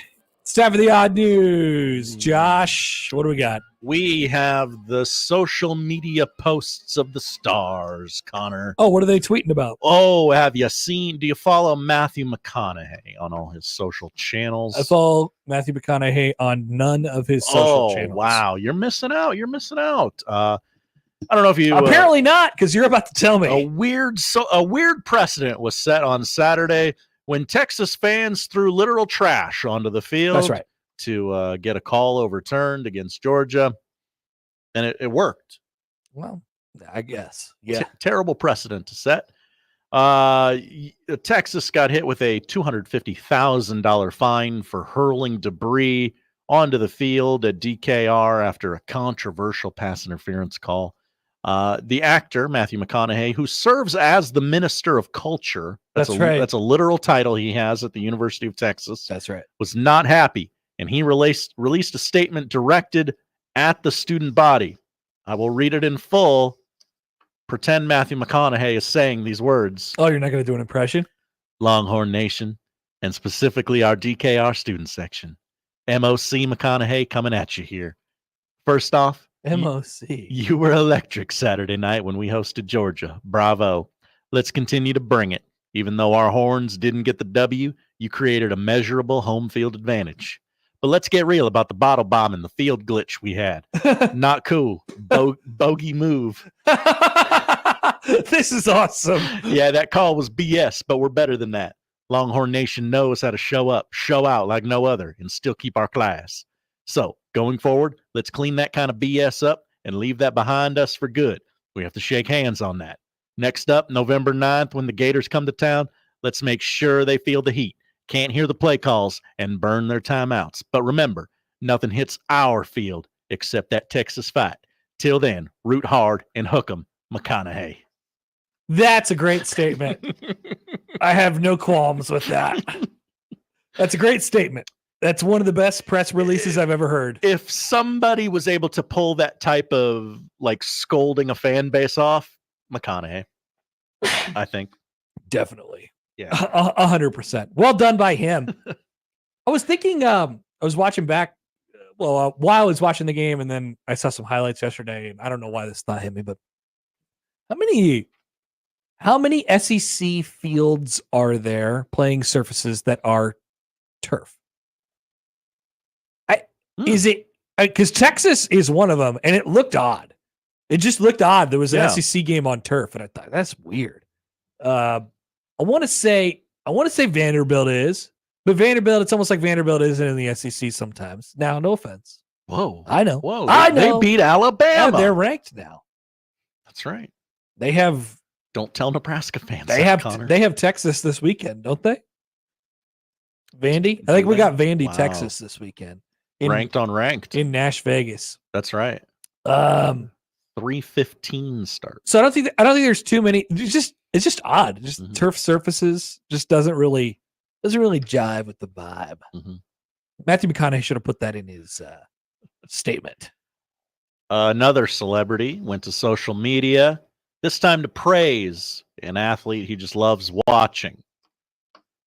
It did not go as well as Matthew McConaughey's statement. John Mayer poured his heart out, reflecting on his beloved New York Mets 2024 season, penning an emotional message thanking the team and star shortstop Francisco Lindor for being a source of inspiration for him this year. Lindor. I will read that statement in its entirety. It's longer and not as funny, but you might still find some humor in it. Don't read it in a John Mayer voice. Well, I don't do one. He's got a Benetton heart. Look it up. Thank you, Francisco Lindor. Thank you, New York Mets. You never know when you're going to find a new source of inspiration, and Francisco became that inspiration for me this year. You could see the dedication in his eyes and his plays. You could even see it in his strikeouts. It wasn't a case of couldn't, only didn't that time. My Sphere concerts this summer became games in my mind. Wins where there's a lot left. Wins where when the music was cooking, when the notes matched the intention, when the zone could be found. Every weekend was a series. Every show was a home game. When I injured my finger and looked down to see half the nail sheared off and bleeding, my first thought was how to play with the other 3 fingers. That was what Lindor would have done, and so that's what I did. The Mets' talent makes them aspirational, but their humanity makes them relational. Relational? This is awesome. It means that it's never out of the question what's being done on that field could be done by you and I in our pursuits too. If I had one secret of success to share with you, it's to pick someone in life you admire and run alongside them. You don't have to know them to decide that if they can keep going, you can keep going. And the Mets kept going. I hope that in the next few days, after the disappointment has had its say, that Francisco and the entire team realizes that what they accomplished was enough. Their monumental run was enough to unify a city, bring together families, friends, and remind us all that above all else, nothing is more powerful a force in achieving success than effort. A boring word, effort, but it's the only chance of good becoming great and that greatness taking hold for the long run. Thank you, Francisco, and thank you to the 2024 Mets for the unbelievable adventure, the inspiration, and the reminder to never give up. It was more than enough. As Brad Pitts would say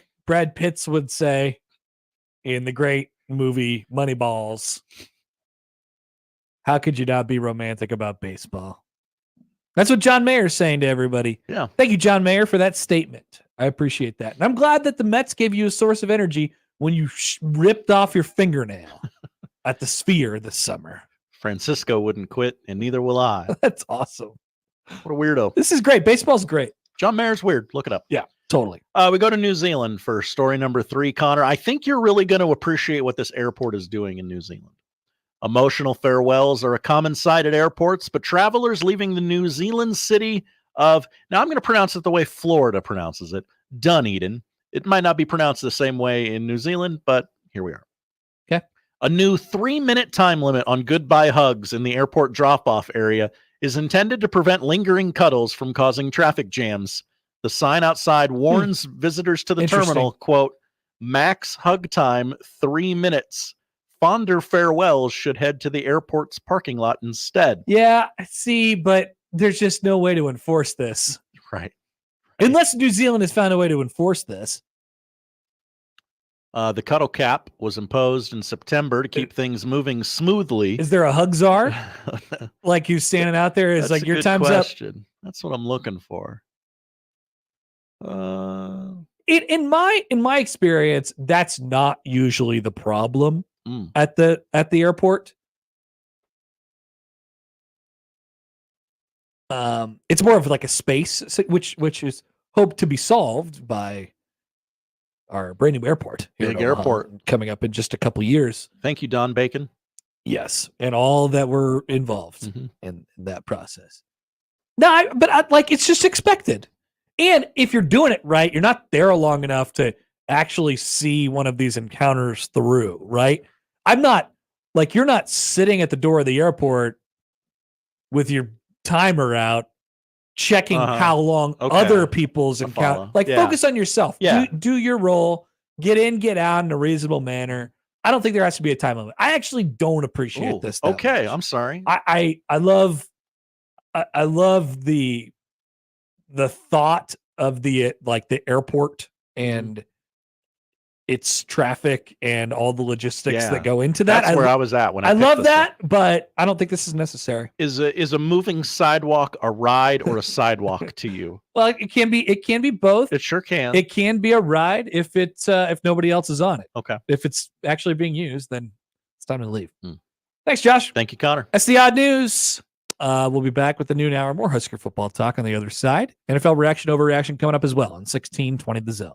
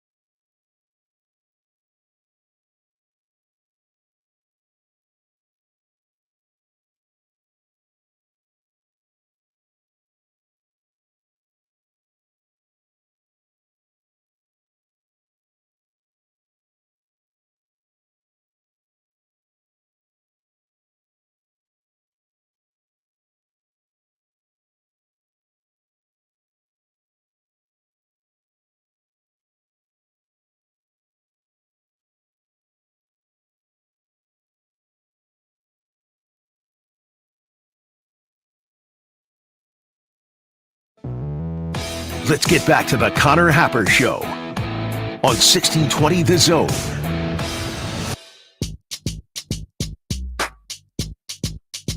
Josh, love the reaction every single time you put up that picture on the YouTube, which is up right now, 1620 The Zone TV. We invite you all to watch along. Join the community of commenters. I like the alliteration there. The community of commenters. That's right.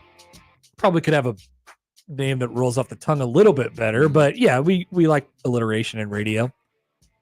But every time you put that picture up there, Josh, a new wave of people sees it, and a new wave of people gets excited about it. It is a great picture. We love all of the so a little behind the scenes as welcome back. It's the Connor Happer Show. So if you're listening along with us on the radio, what you missed was the picture of Josh and I laying in the grass on our stomachs and with our chins propped up by our hands and just very senior picture. Staring happily into the camera. So we did a whole photo shoot. Photo shoots are weird, and we agreed to the terms of it being weird. Yeah. So there are going to be some pictures that come out on the internet. Maybe we should just have leaks, Josh. There are going to be some pictures that you might see on the internet. They'll be mildly embarrassing for us, but just know that we had you all in mind. When we did this, it is all for the laugh. Anything for a laugh, Josh. We love a good bit. Yeah, we do. And including Josh has used the photos for breaking news. We have breaking news logos on our Twitter now. I don't know why we would ever use this, but there is a stock photo of me now punching a parking meter downtown just in case. Like if I ever get booked on overdue parking tickets, Josh can put that one up. Or if the city ever says, parking meters are antiquated, we need to get rid of these things, we'll be ready. It's so specific, but it's great. Honestly, the chances of me, doing time for the parking ticket, it's possible. I don't pay parking tickets. You're a scofflaw? I don't really pay parking tickets. I don't get parking tickets, but I don't pay them. I don't believe in them. Well, there was that weird bridge of time where they didn't. Yes. Like, you need quarters. Really good. An app. Why would we use an app? That's right. And now it's all on an app, and it's pretty easy.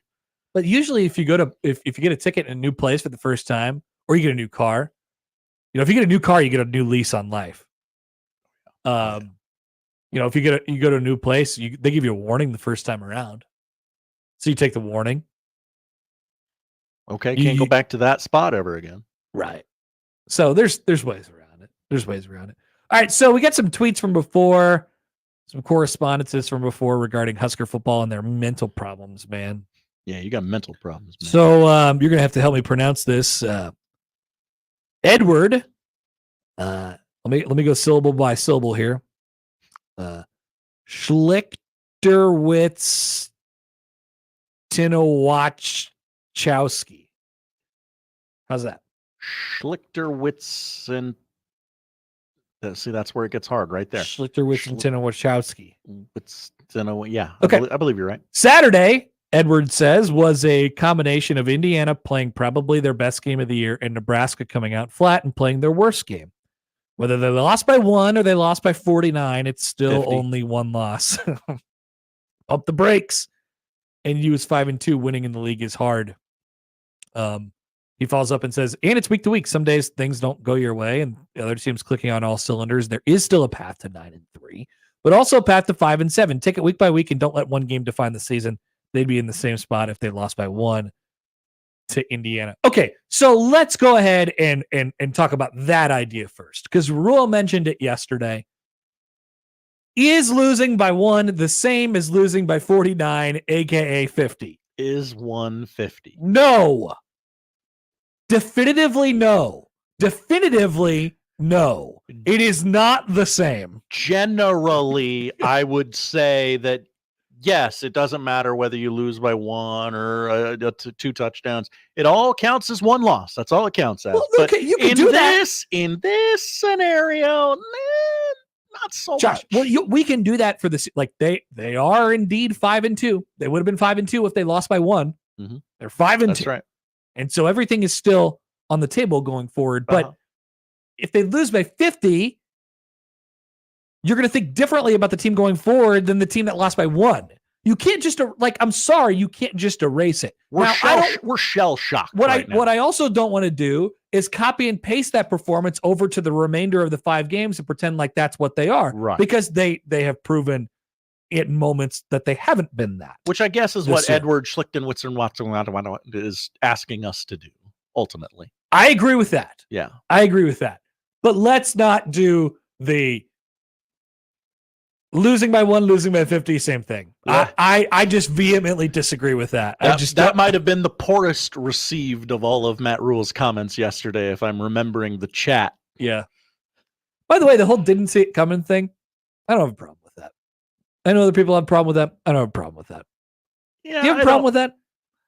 I didn't when I heard it, and then people in the chat were like, "Oh, you should have. If you didn't see it coming, you're a bad coach." I'm like, Yeah.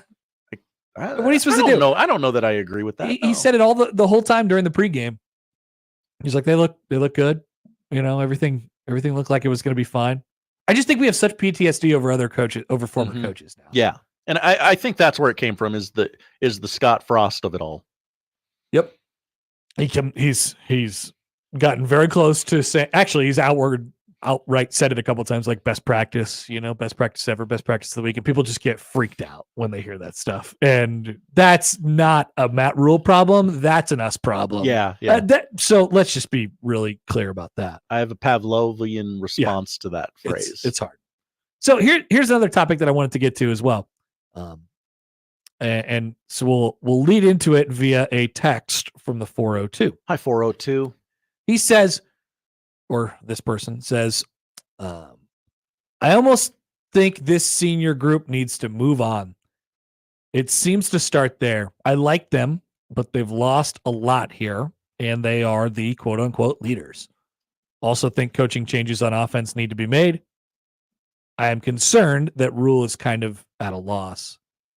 I think that Rhule is at a loss. I think that Rhule is stuck in between a rock and a hard place because of because of what he decided to do when he got here. And I'm not saying that he could have gone or should have gone the other way and cleared out the entire program. But hear me out for a couple minutes. And I know, like, I don't want to do the whole Cignetti thing like they could have just got Cignetti, and because Cignetti brought his entire staff, right? Cignetti brought his entire staff, and people hated that Frost brought his entire staff. He brought his entire staff, and he brought 15 players from James Madison along with him as well, right?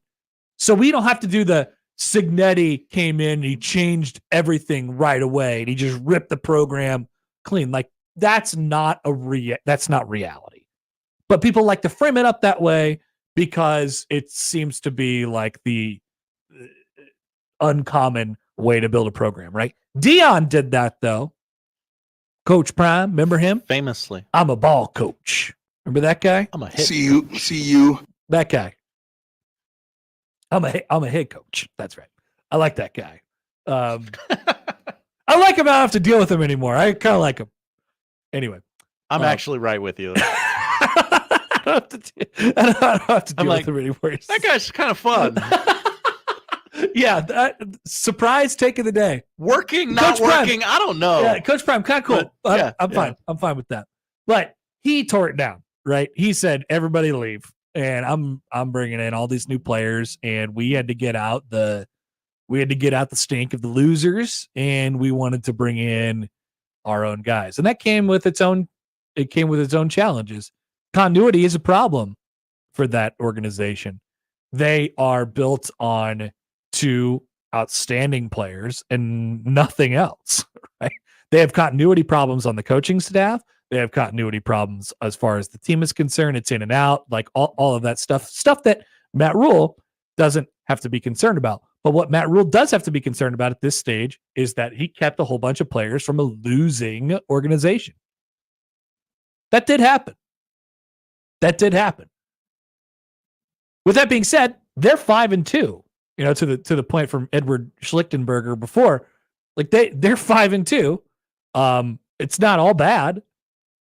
They're winning games just like the other organization is winning games. But this is a really, really, really, really difficult thing to kind of get over. I wonder if there is a path in the latter portion of this season for Nebraska to get a little bit younger on defense in particular. I wonder if that's the case. I think the players they have are good players, but if you can't expect them to be in the right place at the right time and execute the things and do it in a confident manner and physically match up with Ohio State, this is a great week to do it. This is a great week to do it as well, because some of these older guys have played Ohio State a few times. Hasn't necessarily gone not great all that well, Josh.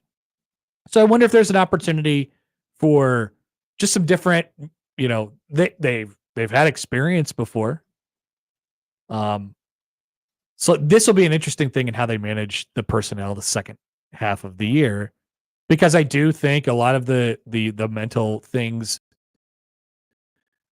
for no fault of their own, sort of originate and emanate from the leadership on the roster,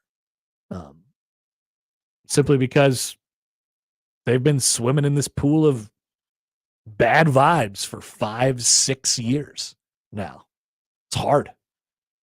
It's hard to shake it, hard to get rid of it. And if they can't be trusted to do the right things and or if they're the ones that are trying too hard, trying to do too much, want it so bad. They do. I know they do. They want it so bad. Then maybe it's best off that some of those players are in a situation where all the pressure is not on them. It's a lot of pressure being a leader. It's a lot of pressure playing all those snaps. Don't I know it? Josh, you're playing a lot of snaps for us right now, my man. You are. It's a lot of pressure. I love it. That's how you make diamonds. So you either love it or, you say you love it, and a lot of those guys were also players who had played roles before, role players, and weren't necessarily expected to be, dudes quite yet. And they've been put into those roles at various points throughout their careers, and it happens to everybody. But everybody takes that sort of step up. I don't know. I just wonder. I wonder what they do with personnel in the back half of the season. That's more of a defense thing more than it is an offense thing. The offense, I like. So I think with the defense, we're talking more about culture and mental and, all this sort of abstract stuff, because we've seen them execute before. Offense, I think we're talking about football. I think we're talking about X's and O's. I think we're talking about getting dudes into the right spot. I think we're talking about the offense making sense, the offensive coordinator, when the ball comes out, the receivers blocking, the offensive line executing, and the position that they put those guys in. I think we're having two separate conversations on each side of the ball right now. Yes. Is that fair? Oh, very fair. Okay. All right. Let's take a phone call. 42 Degrees Source Hotline. Here is random Mike. Hi, Mike. What's up? Hey, how does James Madison feel about half their team being taken from them? I don't know. I haven't asked James Madison. I haven't read anything about that. They're still having success this year, aren't they? I have no idea. Are they in Pennsylvania? James Virginia. Madison is in Virginia. Oh yeah, you got Virginia. Okay, got to throw football in after that Google, or you get the. That's right. That's right. Thank you, Mike. They're 5-2. Yeah, I just never heard of somebody taking that many. I can understand taking some. It just seems like it's not very nice to the team that employed you for a good number of years. Yeah. But did he force out a lot of players at Indiana that didn't want to leave? Like like Prime did?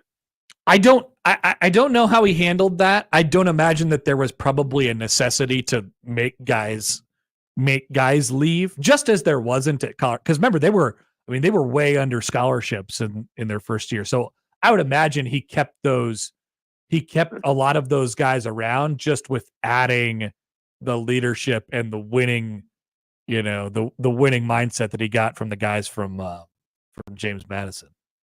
You guys put that loss on Saturday as one of the worst in modern Nebraska history. I don't know. Maybe. I do. Yeah. There's just so many to choose. When you get killed, I remember when Callahan got killed at Texas Tech.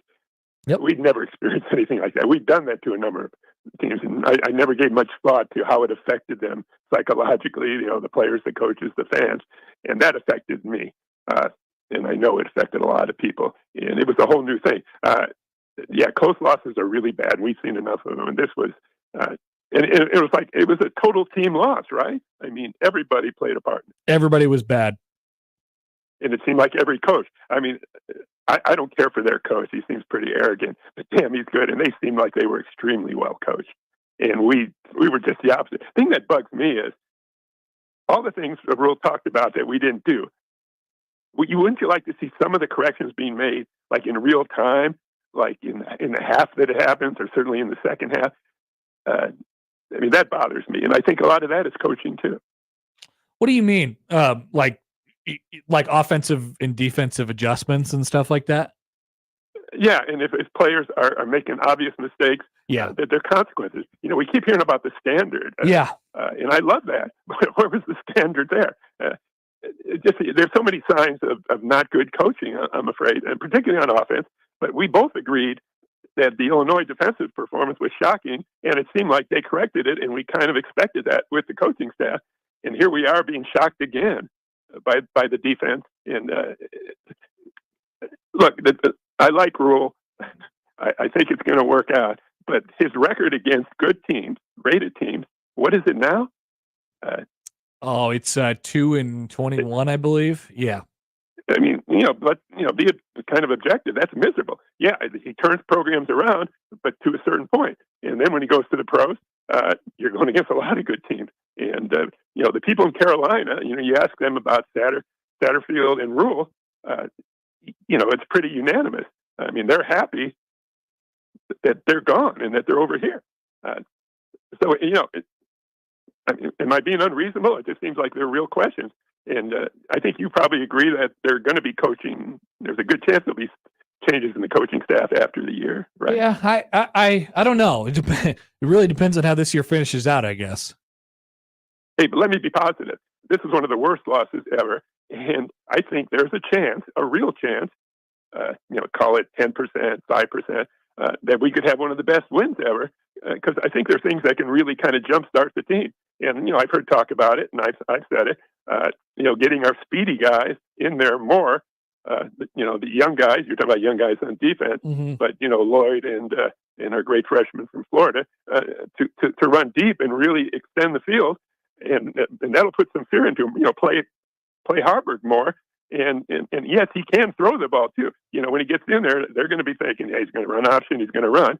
But remember, we lost the game to Minnesota because their Wildcat quarterback, everybody said, all he does is run. He threw a touchdown pass, and that was kind of the difference in the game. And play Bullock more, our receiver that can block, particularly if you're going to run plays where that's important, and have consequences for guys that aren't doing the job. Yeah. My goodness.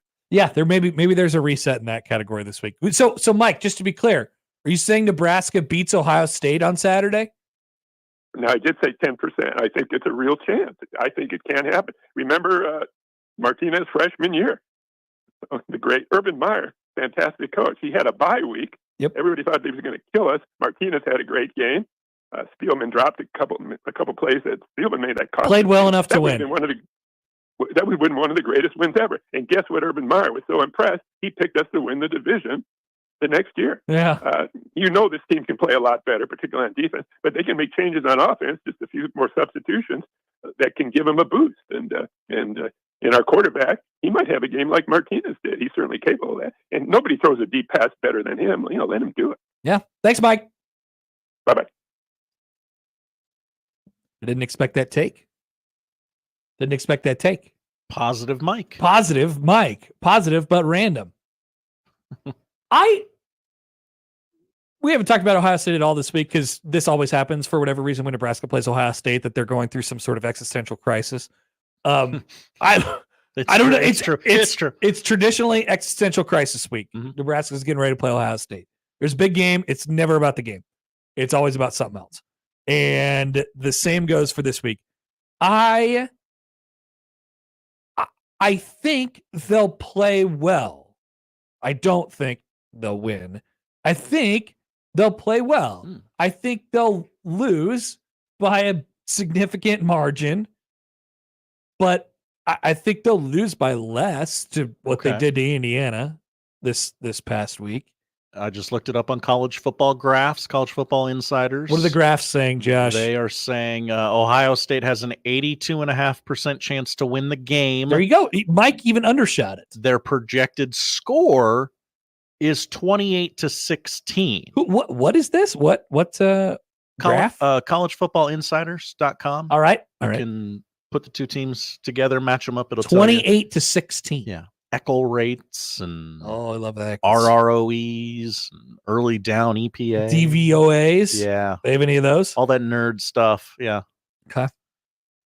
I don't think there's college DVOA, but maybe maybe there is. specific isn't on here, but defensive success rate. I think, and this is to the point that people were making earlier about the sky not falling. I think there's some problems that are embedded in the program, but I do think they'll play well for whatever reason. They've pretty traditionally shown that coming off of these like life altering, these ground shaking moments, they've been pretty quick to respond. They had the game against Michigan last year where that Rhule said yesterday that this is a little bit different than that, but they played well against Illinois. Their limitations are still their limitations. Like their offense still isn't good. They still can't run the ball. Their defense is, shaky, I guess, but generally been pretty good. Like you just hope it's those things that lose them the game, not, oh God, they went up there and, died on the first possession again, just like they did against Indiana this past week. Although that's probably revisionist history as well, right? Just play well. Just play well. Whatever you are, like this is the ultimate you game. Mm-hmm. Play well. Nobody's going to care what the score is at the end because everybody's thinking that you're going to get beat 52-7. Right? Just play. You have to beat the expectations, which I understand. It's a game where you're judged on your wins and your losses and all of that. People forget, Josh. Yes. The game within the game. There's a game within the game. And this is Nebraska once again playing itself. Fremont Fred writes in. Hi, Fremont Fred. James Madison. I used to smoke pot with James Madison every day. He was me and Sloan Kettering blazing that bleep up daily. That's Johnny Hopkins, I think. Yeah. Brian is joining us now via the 42 Degrees Source hotline. Hi, Brian. Okay, random. Mike said we have a chance to win. He said 5 to 10, Brian. 5 to 10%. Oh, 5 to 10. Now, Brian doesn't like it when you come on the radio and say Nebraska can win. Oh. Well, no, I mean, why would you even say something like that when you know there's no way in heck we will? I mean, did you not watch the game last week? Did we get new coaches or There's something? always a chance you can win a football game. 5 to 10%, Brian. Yeah, well, these guys will probably just lay down and die like they did last year in Michigan. So they'll be intimidated from the kickoff. So I know what I'm probably not going to watch the game because it'll just. What if they win? What if they win though? What if they win? What if they win? You will have missed a great game, Brian. Yeah. Well, I hope you're right. I don't see it.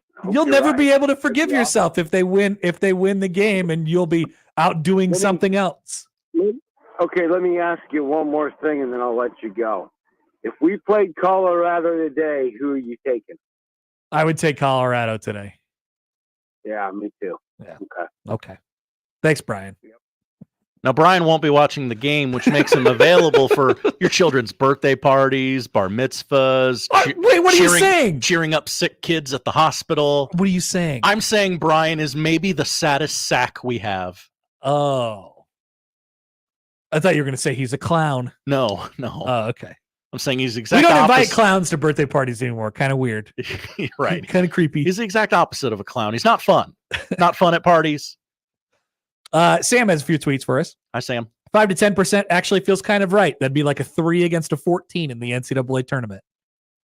Yeah. There you go. A puncher's chance. It's happened Nebraska before. in the tournament once lost as a 3 seed. People forget that.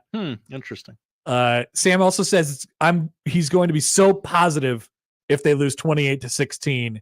And also, I don't think they'll win, but if we send Ohio State fans into a fire Ryan Day tailspin, if it was that score coming off of that Indiana game. That is true. So you got balls that. in your court, Nebraska. Yeah. You don't even have to do anything.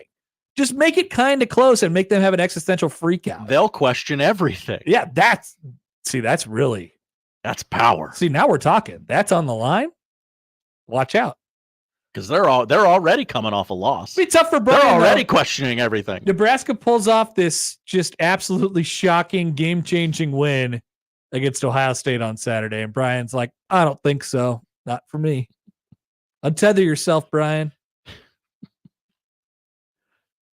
Chris writes in. Hi, Chris. On the Equitable Bank inbox. No, sometimes there is no chance. This Saturday is one of those times. Brian is correct. Also, John emails in. We know Brian. Brian is a day drinker. Allegedly. That's. I didn't say that. All right. We'll take a break. We have we have NFL reaction, overreaction to come on the other side. Good to get everybody's thoughts on this Ohio State football game. We'll also have Creighton tickets for the exhibition on Saturday night to give away during the show as well. Jacob Bigelow will join at 1. Plenty to come on the Connor Happer Show on 1620 The Zone.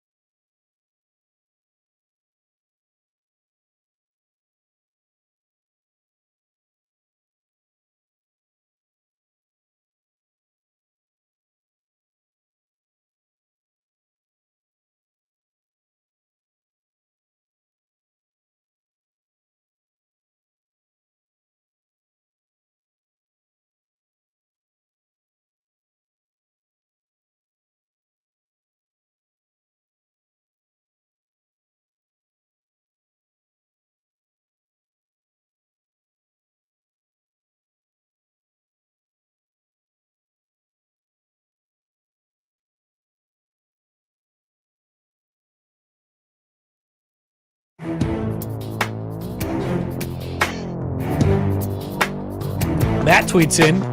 Hi, Matt. Matt's an Iowa fan. When Iowa beat Ohio State 55-24, woodshed, by the way, I talked my dad out of driving to Iowa City to watch the game because it was a waste of time and they were going to get destroyed. Still haven't heard the end of that terrible recommendation. See? When it happens, you're going to regret doing that lawn work. See that rain that we got last night? Oh, it was just like a little spritz, but it helped so much. Just enough to cool the palate. All right, Josh. NFL reaction, overreaction. We're doing it. Yeah, it's time. Okay. It is 12:30 on a Tuesday. That's why all the writers showed up. Yeah, the writers. Let's see if they came up with anything good this week. They've been on a pretty cold streak, if I'm being honest. They've kind of sucked lately.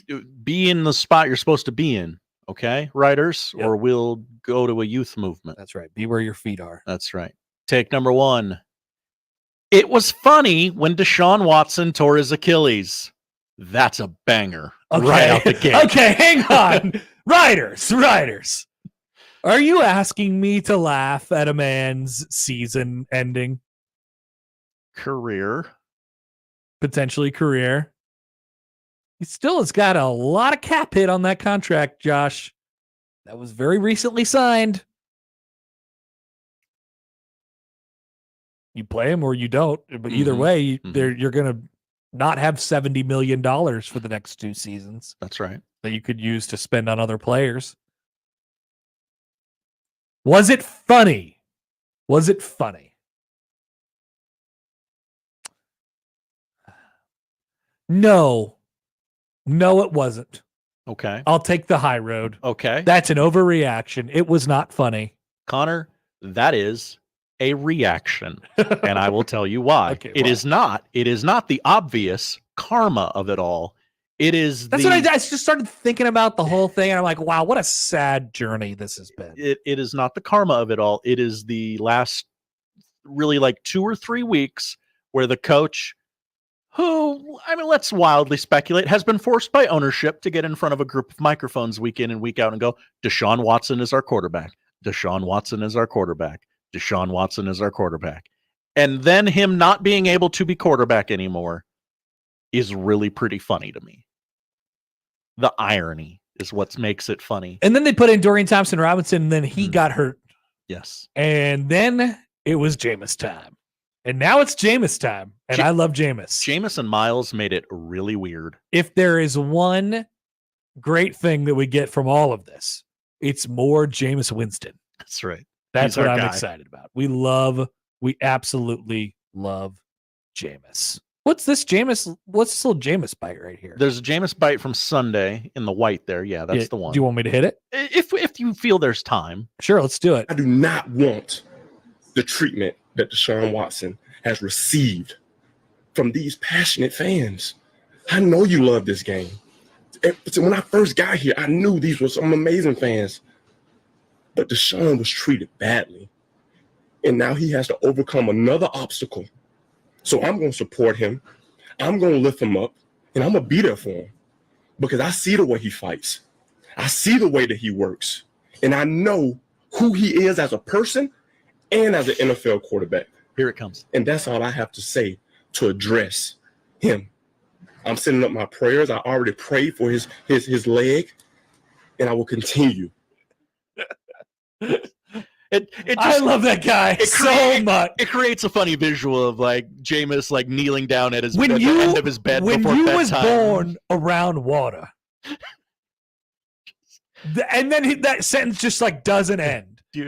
I love Jameis Winston. Dear Jesus, please bless Deshaun Watson's leg. Just his leg. Just a funny visual to me. Like I picture him in like a nightcap and like a candle leading him to bed. Yeah. Tough times. And then Tough times in Cleveland. Just real quick, I want to play this Myles Garrett clip. Man does pretty much everything right. He's been a model citizen through college and most of the pros. He plays the game as hard as anyone I've seen. Pretty much is doing a lot of work in that sentence. Pretty much. He does pretty much everything right. That's one of those. Jeez. Hey, I still got to see this guy at work. Yeah. Quotes. Yeah. Take number 2. I wish it would seem that he works harder. Yeah. I'd like to see that work. Yeah. Sometimes like They say he works hard, but I don't believe you. Russell Wilson shows me how hard it works. And normally that's a turnoff, but at least I know he works hard. Yeah. Okay. Next. Take number 2. You'd rather have Bo Nix than Patrick Mahomes. This is one of the greatest overreactions of our time. Oh, yes. Connor, read the stats. Yes. Look at the numbers. Patrick Mahomes has many interceptions this year. 8 of them. 8 of them.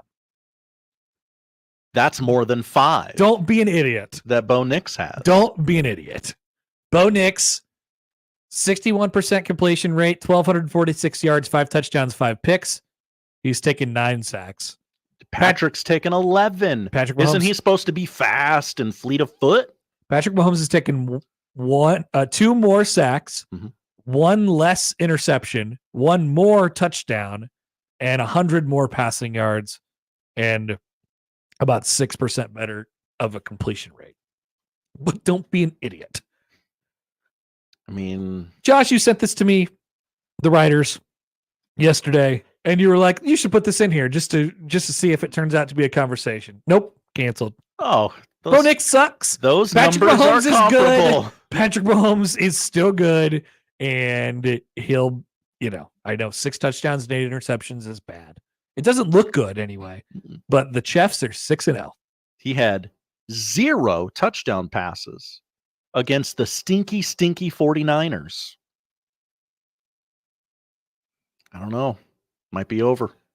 This is an overreaction, Josh. Yeah, it's an overreaction. Thank you. Next.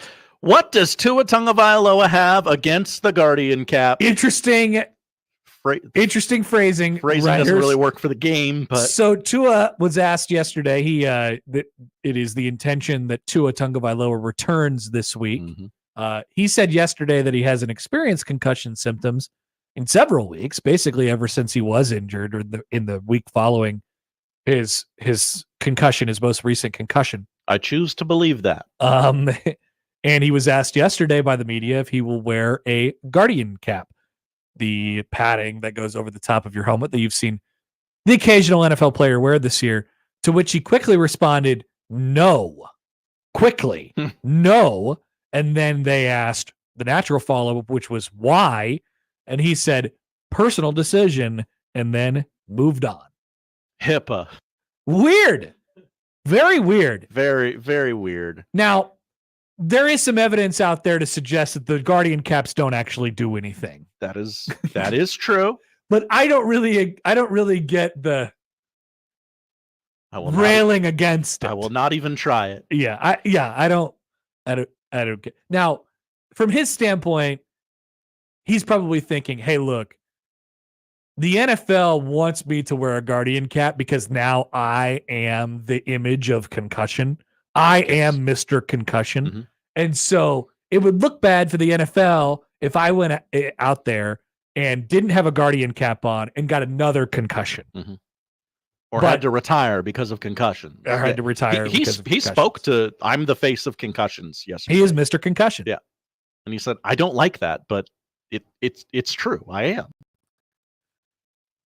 I don't know what he has against the Guardian cap, but I understand not wanting to wear it. I don't understand like being mad at the idea of wearing it. That's what I don't get. It's very interesting. It is absolutely 100% his decision whether or not to wear the Guardian cap. It is. However, as a neutral observer, it is my opinion to just maybe you throw it on. Maybe you throw it on. Yeah. Maybe. He wants to. Is it? Could it possibly be cosmetics? Could it possibly be? I think it looks stupid, and I don't think it's worth it. I would imagine that's what a lot of players think. Because frankly, I do think it looks stupid. Yeah. Did you hear Ed Reed yelling about this last night? While the Ravens were scoring touchdowns. Yes, the Mannings wanted Ed Reed no part of that conversation. Ed Reed was ripping a cigar on the Manning cast last night. And he's like, "Hey, how about these Guardian caps? Do they actually do anything?" And Peyton Manning's like, "Hey, how about that, Ed? Touchdown Ravens." I love Ed Reed. Yeah, that was a very fun 25 to 30 minutes, by the way. Let's quickly go through the next three. Okay, Russell Wilson is exactly what the Steelers need. This is a reaction, Josh. Hi. Russell Wilson was good. After he chucked that pass into the grass 6 feet away from his face, I said, what in the hell is going on here? He looked like he was throwing with the wrong hand. He looked like he didn't know which hand he was supposed to use. And I said, what's happening here? And then took a couple shots downfield, got a little bit more comfortable, had command, had control. He's better than Justin Fields. He's a better option than Justin Fields. Give me Russ. Let him cook. On the front end, Mike Tomlin's reasoning made no sense.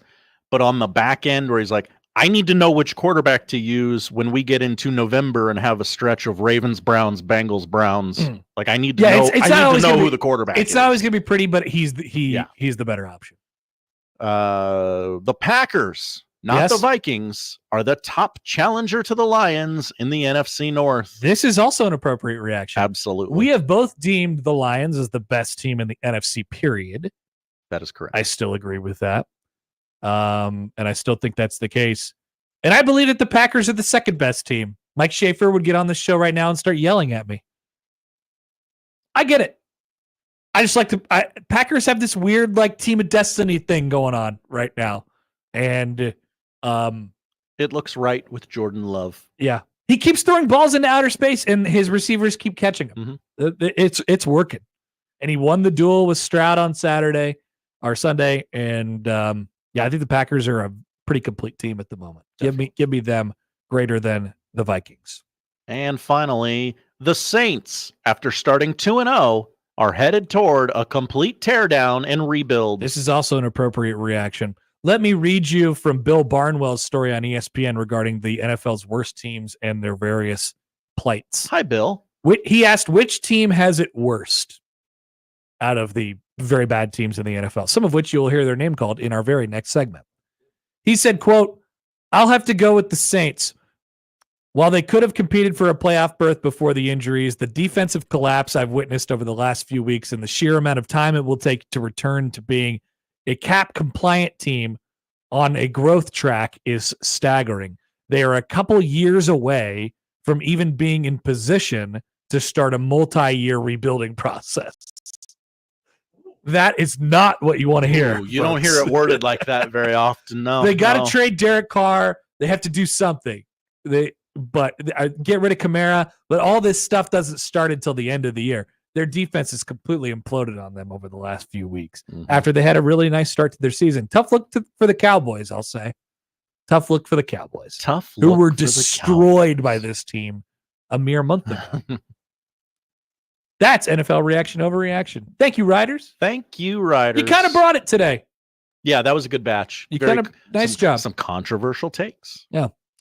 We'll be back with Josh's bottom 5 NFL teams coming up on 1620 The Zone.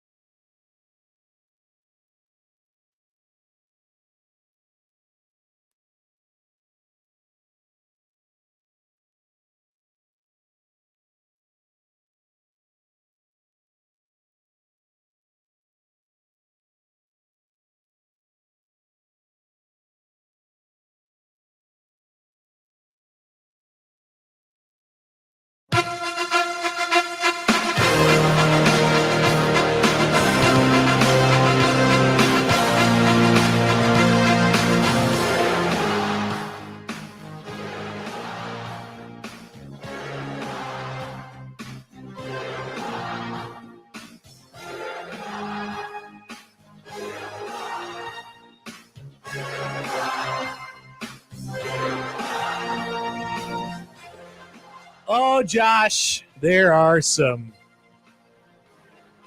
very deserving candidates stand up on this list this week. Whole lot of sucking going on out there. And you're going to hear about it. We have there's been a delineation between good, bad, mid NFL teams to this point. You can no longer fool yourself about whether or not your team is good. Yeah, we got some bad ones out there, and Josh is going to tell you about them. That's right. We begin with, where is it? Gosh, come on. Take forever. Number 5. Number 5. Haters, come at me. I'm ready. The New York Jets.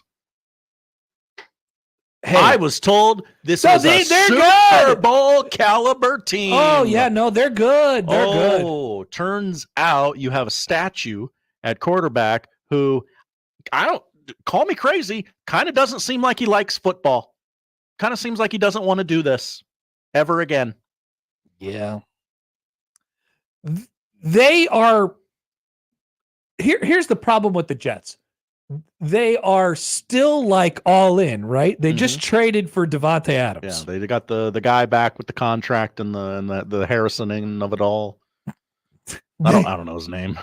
I don't care. What? It's not going to make a difference. The guy back with the contract? Yeah, they got some guy was a holdout. Hassan Reddick? Yeah, that guy. Yeah, that's the guy Connor in White Plains called the Rich Eisen show about. He ain't making a difference. I mean, he's a pretty good player. He's a pretty good player, but here's the thing. He ain't. Here's the thing that they can't stop about themselves, though. They're the Jets. You can't avoid being the Jets. You can get all the great players you want. You're still the Jets, baby. Oh, God, they're the Nebraska of the NFL. And that means you're going to be all in, and it will be a never-relenting pain train. And unfortunately, they can never shake that. The Jets are still the Jets. They should always be in a rebuilding mode. They're the Jets. But they won't. They're like, oh, we have to be all in. We have to be all in because we're a New York team. We have to compete. We have to win. No, sorry. Doesn't matter. They are 2-5 with wins over the Titans and the Patriots, both of whom will appear later in this segment. Nice. Can't wait to talk about the Titans and the Patriots. Good. I bet you got a lot of takes. Number 4. I was stupid enough to bet on the Patriots on Sunday morning. Yeah. In London. Thought their coach was going to get fired. The Jags. Yeah. I was ready to stick a fork in that guy.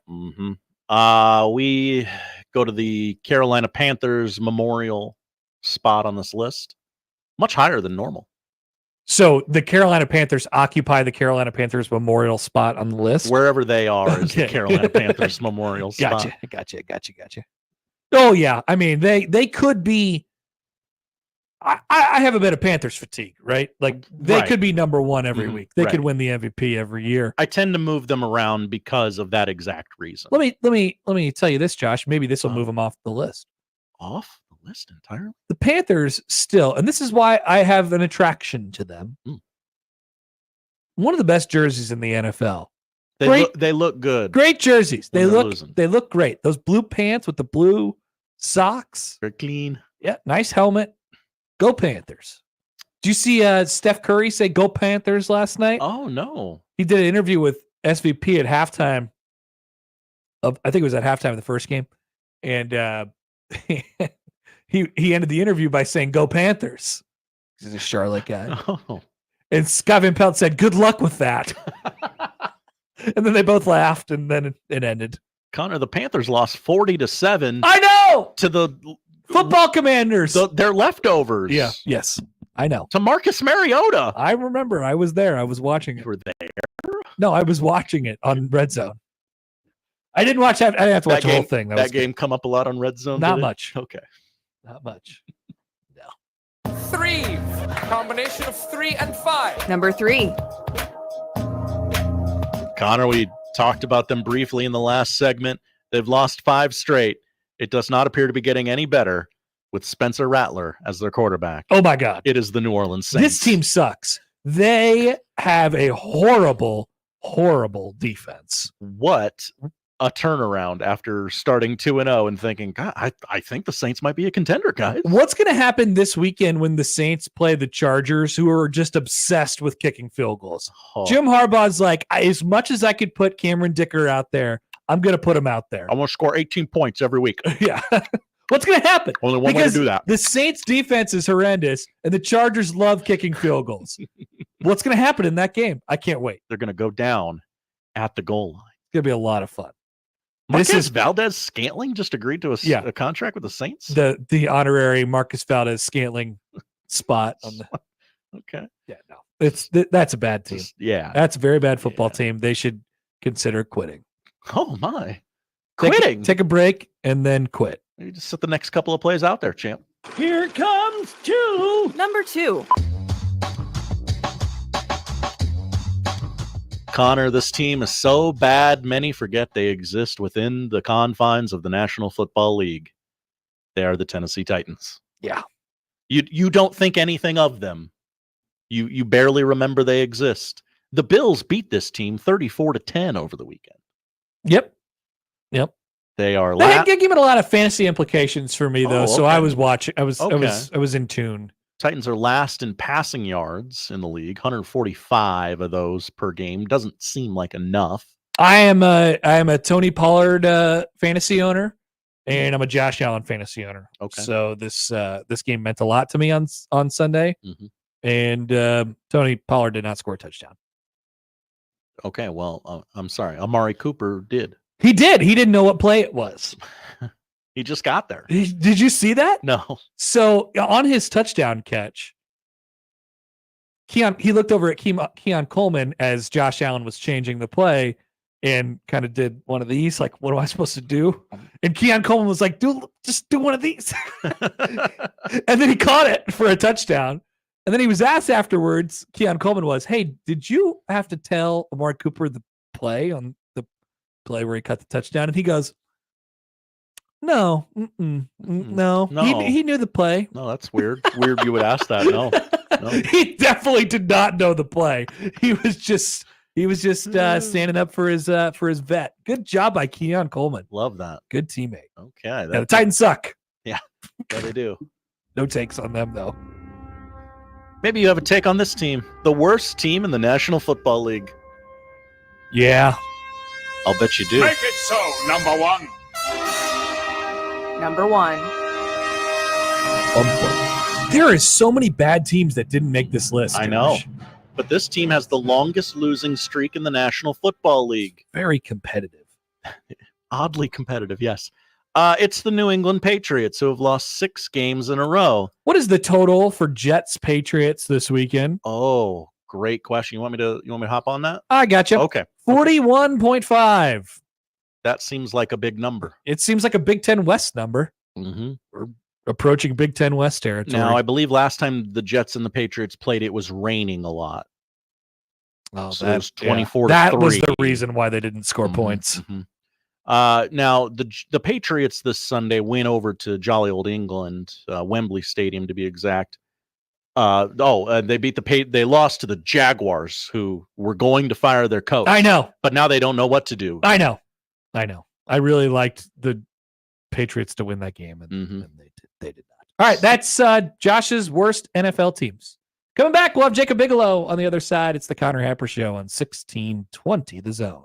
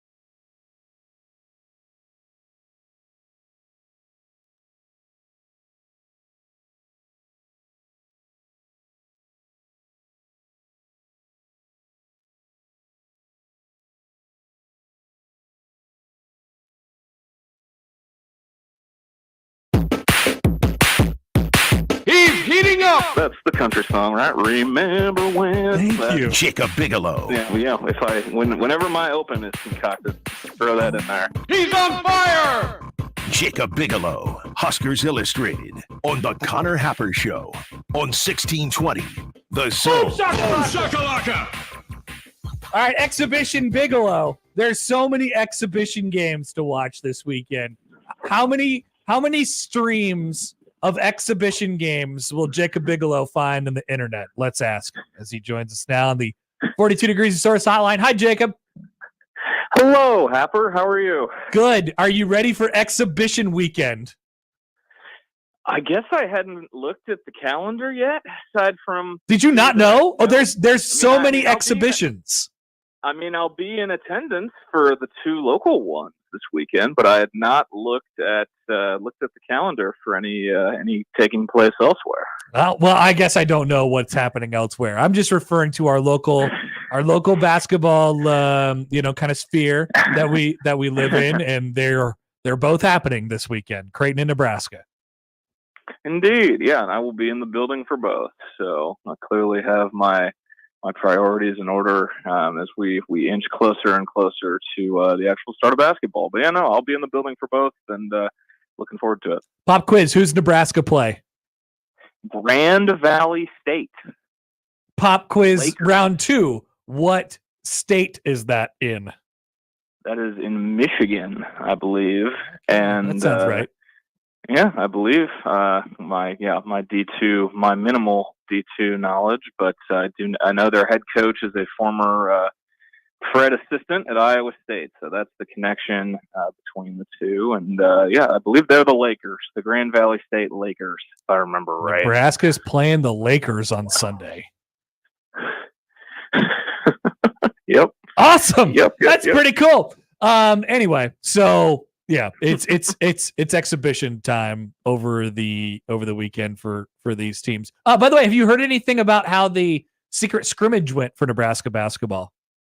I did hear a little bit, beyond the score that got out of 75-73. That was the score. They played a real game. There weren't any weird situations or anything like that. They just played a full game, with referees and normal clock and everything. And they fell by 2 to Utah, who was picked toward the bottom of the Big 12 in their first season in a gauntlet of a basketball league. But you can't, overreact or put too much into it. I know Bryce Williams played really well. I know Connor Artesian got really hot from 3 in the second half, and those are two welcome signs. But it's tape against a team that isn't yourself in practice, and it's something you can learn from. That's why they do those things this time of year. Yep, it's useful. That's for sure. And maybe the score isn't quite as much. One more basketball thing before we get on to your takes about football. Amari Bynum. So he had Nebraska basketball in the final group there. I got the sense that Nebraska was sort of playing from behind that entire time. He was originally out of Bryan. Now he's in what prep school is he at, by the way? Oh, Link Academy. That's right. Yep. Yep. Amari Bynum, thoughts on him? And he's committed to Ohio State as of this morning. Yeah, it did. Nebraska really did put in the work with Bynum. They were in early. I believe they were his first Division I offer. They've definitely put in the groundwork before he really blew up. And it did get to a point where they were playing from behind because of some NIL related things, and he took a bunch of visits, and his recruitment definitely took a little longer than your normal recruitment. But that's a credit to clearly there's a buy-in behind Jake Diebler at Ohio State. They've been on a nice little run with high school recruits recently, and will just be another example of a Omaha kid going to play in the Big Ten, but not playing at the Big Ten school that's right down the road from Omaha. But I think it means Nebraska is definitely going to be very, very portal focused again, and Yep. I don't think that's a terrible thing. I think now in this day of college basketball, if you're in a program that's kind of in the in between like Nebraska, you'd rather you'd rather allocate larger portions of your NIL pool to transfers in the portal who are proven products and feel like exactly what you're getting, as opposed to doing so for a high school recruit who may not pan out. And that is not me saying Amari Bynum won't pan out, but that's just the general sentiment I've heard from plenty of coaches across the country is portal seems like a smarter investment with your dollars than high school recruiting. Well, and it's happened a few times, especially with some of the notable local prospects who went off to other schools right away. They hop into the portal, and they just like everybody else, they hop into the portal at a pretty high rate. And Nebraska is always going to be involved in those discussions because they were in the recruiting side the first time around, and it's the home state. Like there's still another opportunity to go back and get that same player, even if it is out of the transfer portal. Absolutely, yeah, and then that's kind of can be, I don't want to say a consolation prize, but I mean that's definitely how a lot of coaches nationally look at it. Is we lose out on a kid out of high school, but there's a good chance that because of the relationship we have from our high school recruitment, it could come back to be handy sometime down the line. All right, Jacob, how are you processing Nebraska's blowout defeat to the Indiana Hoosiers from Saturday? I think I speak for everyone. I've got a lot of questions, that's for sure. Especially coming out of the bye week and then kind of hearing what the coordinators had to say today. Made me, I want to say squirm, but it gave me some uneasy feelings for sure. Hearing the coordinators speak today, but that's a tough spot to be a coordinator or a coach coming off a result like that. I think it's set.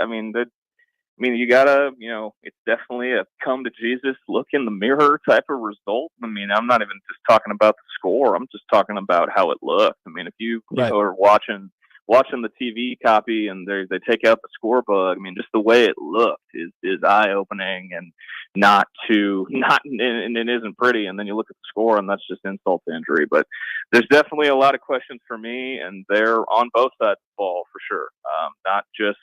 Not just zeroing in on one side of the ball. I think it's questions all over the place. No doubt about it. I was talking about earlier, like I think we're largely talking about different sort of root issues on each of those sides of the ball. But there's still issues. So now, unfortunately, you don't have much of a time to reset because Ohio State is coming up this weekend. Like, what are you expecting out of this week or the rest of the season, given what you now have most recently seen? This week, I'm expecting, I think, for me, it's going to be about how it looks. I'm not going to, be too invested in what the margin is. I think, most people have already accepted, who's going to have a W in the win column and an L in the column. It's going to be about how it looks. It's going to be about it's about the aesthetic of it, especially on the defensive side, because it's going to be back-to-back weeks going against offenses that are on a different level compared to the offenses that they'd seen to start the season. And if that's going to be what Matt Rhule wants to hang his hat on, he said repeatedly, we're going to be good at defense no matter who the coordinator is, and all sorts of stuff like that. I'm interested to see the defense's response, really and truly. And I know a lot of people have sounded the alarm on the coordinator on the other side of the ball and how it looks and the 5-star quarterback and all that. But I think, in the Big Ten, a lot of it starts and ends with defense. And that's been something that, the program itself, the people around it, and, the narrative has been it's almost like that Northwestern tweet a couple years ago of, our roster is, yes, did this, and this, but we've got Coach Fitz. It's kind of been like, yeah, the rest of the program is this, and this, but we've got Tony White's defense. And you got to see, and that's what I'm most intrigued by the rest of the way, really and truly. And that may sound like hearsay to some people, but the bounce back from that side of the ball is first and foremost where my attention is going to be the rest of the way. Is that, are you looking at that as more of a, because obviously there's concerns with the defense right now. Is that more of a Tony White thing for you, or is it more of a, players thing for you? I think it's all of it, really and truly. And I've been a little skeptical of the benefit of the doubt, blind faith given to that side of the ball. Since the end of last season, it's kind of I asked before the year, are we sure that this defense didn't overachieve because they were playing Big Ten West offenses last year, and just kind of got looked at sideways like I was a crazy person.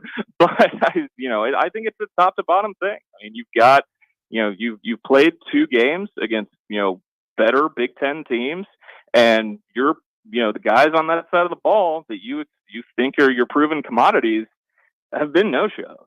And, that's just not, that's not just the coach. That's not just the scheme. It's the whole thing, top to bottom. I mean, they've have guys on that side of the ball who have shown flashes, that's for sure. But aside from the first half against Colorado, when the ante has been upped in terms of opponents, it's left definitely a lot to be desired. Yeah, Jacob, I know you got some good stuff coming out on the pod / already out at the moment. Take us through. I know the game has been upped here on the Stretch Big podcast. So tell us what's going on right now. Yeah, dropped an episode with Tate Frazier from The Ringer on Monday. He's done a little bit of everything at The Ringer. He was originally Bill Simmons' producer when he started, a while ago, and now he's got their college basketball podcast. Had a great time talking with Tate. Some big picture, college basketball team storylines, players to watch across a couple conferences. He had nice things to say about Nebraska. Fred Hoiberg had some nice things to say about Jason Green. Said he thinks Jason Green is one of the more underappreciated players in the Big Ten. And he had some nice things to say, and it was a great conversation. And then we'll have some my deep dive Nebraska roster breakdown, schedule breakdown, coming up before the season starts. But yeah, we're turning it up to 11 on the podcast, and we're kind of on a little hot streak with some nice guests, so I can't complain too much. How did Jason Green come up? Why does he love Jason Green so much? Because I had to be the guy from Omaha talking to national college basketball guy and say, what if I told you that Hunter Salas, St. Thomas, and Jason Green faced Chucky Hepburn, Frankie Fiddler, and Will Kyle in back-to-back championship games, and now all those guys are playing high major basketball, and only one of them is playing in the state. Had to drop that little nugget. But did you say that there was only like 400 people at this state championship game, and it was basically on the day that ran congruent to the world shutting down? I forgot to mention that part. That's actually a great point. That, I think the first game led Sports Center because it had like the number 1 through 5 plays in the top 10 that day, I think. Yeah, because it was one of the few, if any, sporting events going on. But yeah, looking back at that, those games in hindsight, they got a lot of fanfare at the time, but those games have aged pretty well. Where the guys on those rosters ended up. One of the weirdest basketball games / sporting events that I've ever been at in my entire life. Jacob, we appreciate it. Look forward to the future episodes of the pod, and of course, chatting with you every week. See you later. Of course, appreciate it, Happer. Have a good rest of the show. Good rest of the week, man. That is Jacob Bigelow, Huskers Illustrated, and the Stretch Big podcast. There needs to be like an oral history. Maybe there has been. We're coming up on 5 years since that time in our lives, Josh. Who could forget? Who could forget? I remember. So I did that game, as I did, all the high school games for our station in Lincoln at the time, and it was a great game. Lived up to the expectation, right? Bellevue West rates this 13, 14-point deficit with just a couple minutes left, which was sparked, by the way, by a freshman, Josiah Doetzler, three-pointer. Just a completely star-studded game. One of the most anticipated games, like, in a long time. Everyone knew that they're going to play in the state title game anyway. And then by the end of the tournament, nobody could be there. And there was a few hundred fans there. I think it was a friends and family only by that time. Ooh. And they still let the radio broadcasters in and the TV, and it was one of the only sporting events that was going on in the country. Typical media getting access. So I blew it up as like, this is the epicenter of the sports world. That was my basically lead in to the game. Like I was getting really emotional about it. And because we didn't know what was going to happen. How long will it be before we see sports again?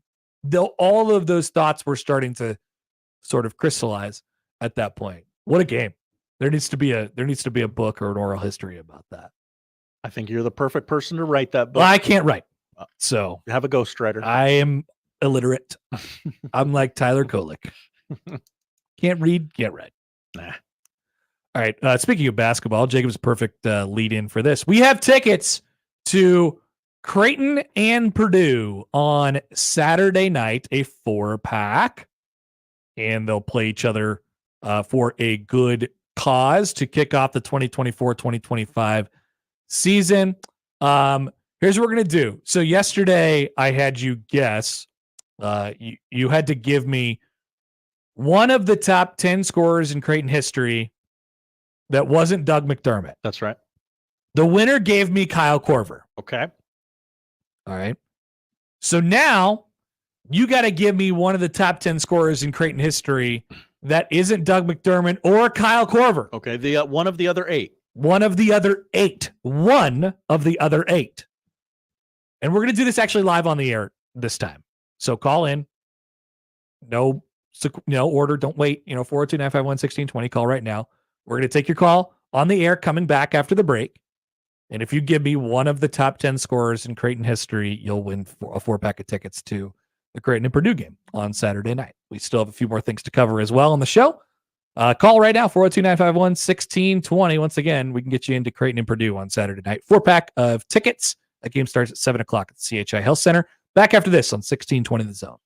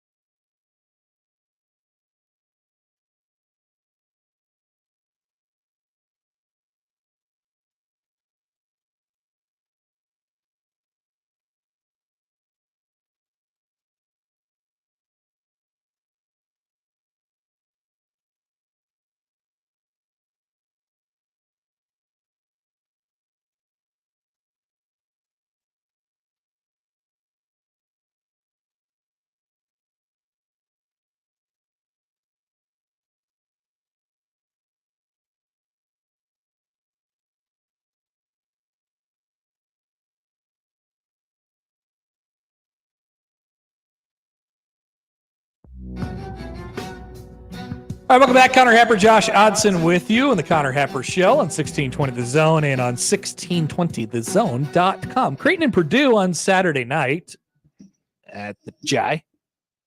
And want to get a whole bunch of people in there for an exhibition game and give them the opportunity to donate to a good cause, which you can still do. You can add way the Midlands, of course, for disaster relief around here. But Creighton and Purdue are doing a very, very good thing on Saturday night. And there will be some good basketball, too. Top teams in the country going at it. We want to get you in the building. So we got a bunch of tickets that have been plopped on us, Josh. We'll see. I don't know how many we're going to give out here. We're going to give out at least a 4-pack, at least one 4-pack. That's right. But we'll get the vibe. We'll see how far we go down the line. So our first contestant today is Linda. Linda, hello. Welcome to the show. Hello, how are you? We're very good, Linda. Okay, so you have to name one of the top 10 scorers in Creighton history, points, that isn't named Doug McDermott and that isn't named Kyle Korver. Can you do that? Yes, I can. Okay. I think it's Rodney Buford.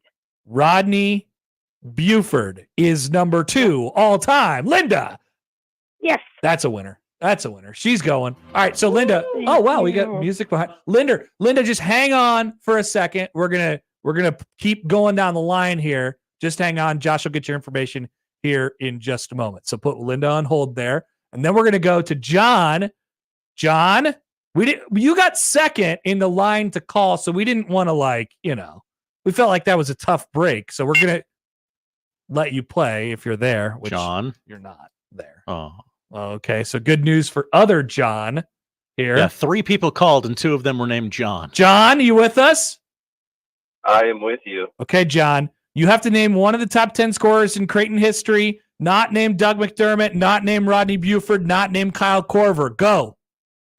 I'm cheating because you mentioned it yesterday. It is Ryan Kalkbrenner. Ryan Kalkbrenner is number 7. That. I'm proud of you, John, because you take the resources that are given to you. You take the low-hanging fruit. You're a winner. You're also going to the game. Hang on the line, and we'll just call it good with our 2 winners today, John and Linda. Well done. Hang on the line, you two, and we'll get you lined up for Saturday night. Josh, you can take care of them. Right? Okay. Yeah. So we might continue to play this game as it gets harder and harder throughout the week because we have more tickets to give to you all. So Doug McDermott, number 1, 3150. Rodney Buford, number 2, 2116. Kyle Korver, number 6, 1801. Ryan Kalkbrenner, number 7, 1771. So he could go way up the list, by the way, by the end of the year. So just for reference for the rest of the week, we still have number 3, number 4, number 5, number 8, number 9, and number 10 on the list. All right. Thanks to Linda and John, our winners today.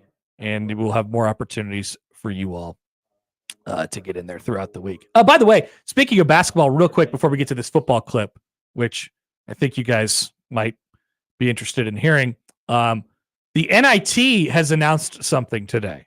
I'm not saying that this is important to any of our local teams because we know around here that we have NCAA tournament caliber teams, but just in case there is an NIT bid that is up for grabs somewhere, I thought that I'd do my due diligence and let you all know about some changes that are coming to the NIT. New qualification procedures, which include bids going to 16 exempt teams, as well as others that may qualify automatically as regular season conference champions. Exempt teams will include the top 2 teams not selected in the basketball tournament, in the NCAA tournament in March Madness, from the ACC and the SEC. So the top 2 teams not selected for the tournament in the ACC and the SEC are automatically in. They are exempt. In addition, the top team not selected to the NCAA tournament from the top 12 conferences based on KenPom rating will receive an exempt bid to the NIT. And that is how the field will be made up. The top teams from each conference will be determined based on the average of the team's ESPN BPI, KPI, net ranking, KenPom, strength of record, Bart Torvik, wins above bubble ranking. All rankings are already included in the team sheets used by the NIT committee during the selection process. Wow. Could we have made it any more convoluted? Maybe this is the best way to do it. But the NIT selection process is, I don't know if the NIT selection process is like come under fire lately or how you would put that. But once again, the NIT field will be made up of the top 2 teams to not make the NCAA tournament in the ACC and the SEC. So there's 4 spots there. And then the rest of the 12 spots will be made up of the top teams to not make it in each of the top 12 conferences based on a made-up statistic. Awesome. This is great. We love the random NIT. Fantastic. I don't know what just happened, but yeah, love it. Thank you, Josh. Love it. I appreciate your support. I got your back. All right, so I was really just killing time. Really just wasting time, so we can get to this. By the way, Kenneth says there's one NCAA tournament caliber program around here. This info is only important to those in Lincoln. I just, in case there was an NIT team around, I wanted them to know what the parameters to getting in were. Right. It's important to know the bar you're trying to clear. That's all. That's all. Yeah. Josh, let's go out to practice from today. Okay. Love practice. With the coordinators, we're chatting away. Love a good chat. Asked many questions about many things. This is our dear friend Josh Peterson brought this to our attention via X moments ago.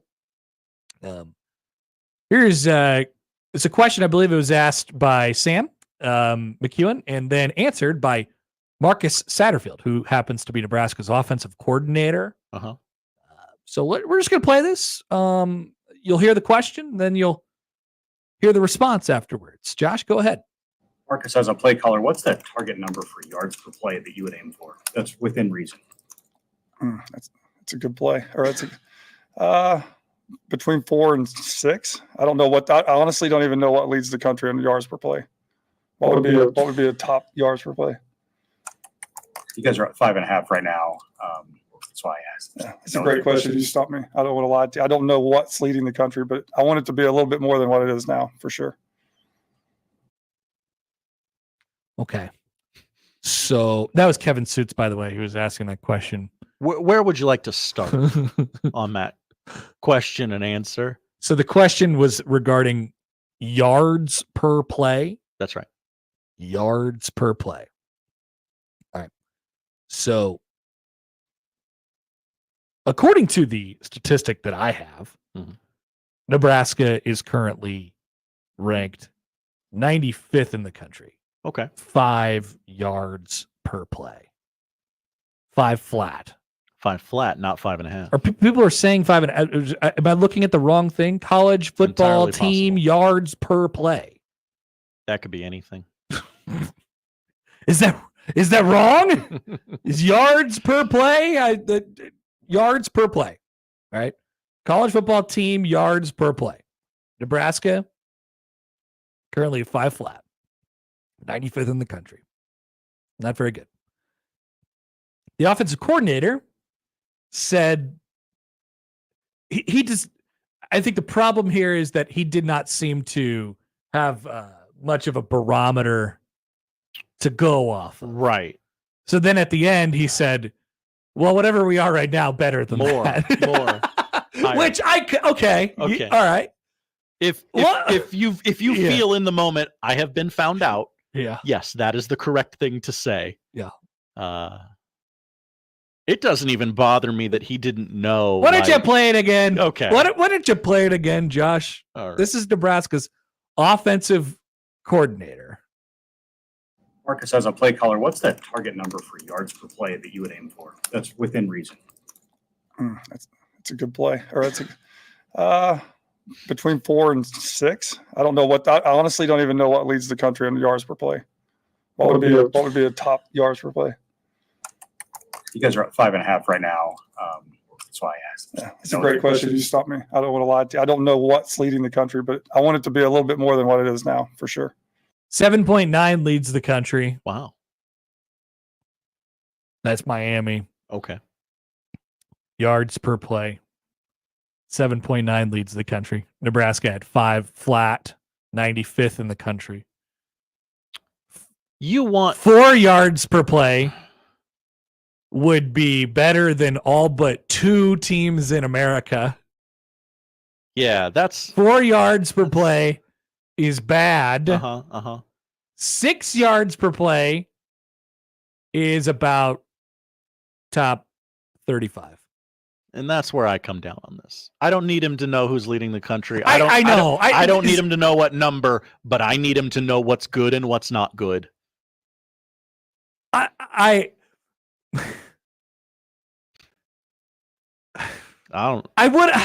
would have liked him. I would have liked him to just say, yeah, what are we at right now? First of all, I would have liked him to know that they were at 5.5 or 5. Or be able to ballpark it, right? Like, Right. I don't know the exact numbers. You guys tell me. I think we're at about 5. I think we're at about 4.5. I think, yeah. So Rhule does this thing all the time too, where he'll like throw some stats out there and he'll be like completely wrong about them. That's right. So I don't know what they're looking. I don't know what anyone's looking at. They maybe they got their own set of stats. I always thought stats stayed the same for everybody, but maybe they got their own set of stats. So I'd have liked them to maybe know the bulk number of where Nebraska was at, and then once you have that, you just say, "Well, more." I think I want that to be more because it's perfectly. I think now maybe I'll get killed for this, but like I think it's perfectly reasonable for the offensive coordinator to say, yeah, we like as great as that is, we want to lead the country. Like we don't judge it that way. I think maybe that's. I think if you're the a little real truth worried of what he was trying to say about the number, like, okay, I don't know the numbers. They're gonna think I'm a bleeping idiot. Like that's an avenue to go down. Is it's not about yards per play. It's about vibes. Yeah, but if it's so that obviously brings up that question, Josh. If it's not about yards per play, if you don't care about yards per play, then what is it about? What do you care about? It's about winning games. Hey, Ed Collins, what'd you think of that answer? Oh no! Disaster! What a bad idea! Oh my goodness! Oh man. Oh man. Oh man. Oh man. Josh, I don't know. I don't know. I don't know, guys. I'm supposed to have an eloquent response, well thought out, and I can't be boy. mad. I'm not angry. I'm not angry. Typical media and their gotcha questions. Can you play it one more time? Yes, I can. I know you probably closed the tab I did years close the ago, tab. but well, it's Twitter, so it's always kind of up and running. it's one click away. That's right. Here we go. Marcus, as a play caller, what's that target number for yards per play that you would aim for? That's within reason. That's a good play. Or it's between 4 and 6. I don't know I honestly don't even know what leads the country in yards per play. What would be a top yards per play? You guys are at 5.5 right now. That's why I asked. Yeah, it's a great question. You stopped me. I don't want to lie to you. I don't know what's leading the country, but I want it to be a little bit more than what it is now, for sure. You'd like there to be a standard, maybe a number to where you say, Nebraska talks about chasing 3 all the time, right? That's right. Hopefully they're not chasing 3 yards per play. That would be bad, as we learned. That'd be bad. But maybe they could be like, hey, they go into these offensive meetings like, we need blank yards per play. We need 7 yards per play. We need 6 yards per play. Now, theoretically, if you go 4-4-4, that's keeping you ahead of schedule. Right. I think that's probably where his brain was. Uh-huh. I don't know, something like 4. If we could get 4, and then on the next play we get 4. And then the next play we get 4. That's the first down. That's first down. We just get all 4s all the time. Yeah. But doesn't it, you don't get 4 on every play. Sometimes you go -2. Sometimes you go -14. Yeah, and you have to like make up for that in order to be positive. So I'm sure there will be opinions on that, Josh. I'd like a modicum of specificity if I can sound really intelligent. Yeah. Yeah. I don't have much. I don't have much to say about that. Other people will, though. Yep. Let's take a break, Josh. Mm-hmm. Congratulations to our winners, John and Linda. You're going to the basketball game. See you there. That's right. See you there. Oh, you did the thing with the Creighton on and the letters. on Saturday night. Back after this with the polls. We'll tell you what to watch on 1620 The Zone.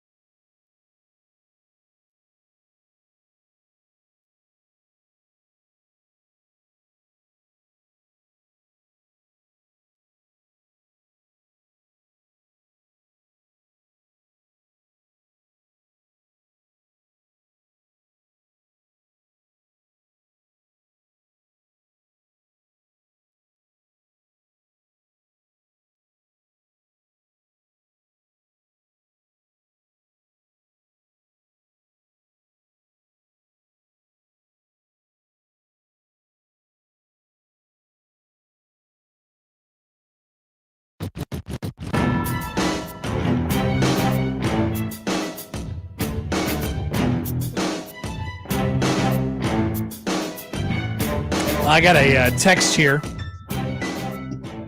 from the 402. Hi, 402. I'm asking because I don't know. Is yards per play a stat that OCs typically track very closely? The answer to that question will tell us how we should react to Satterfield's answer. I would think that it would vary. It's personal preference, right? It's just a stat. I'll bet some guys are super dialed into Yes. it, and some guys have no clue. There is a lot of ways to track success. A lot of ways to track success. This is one of them. I'd say it's common. It's a common way to track success.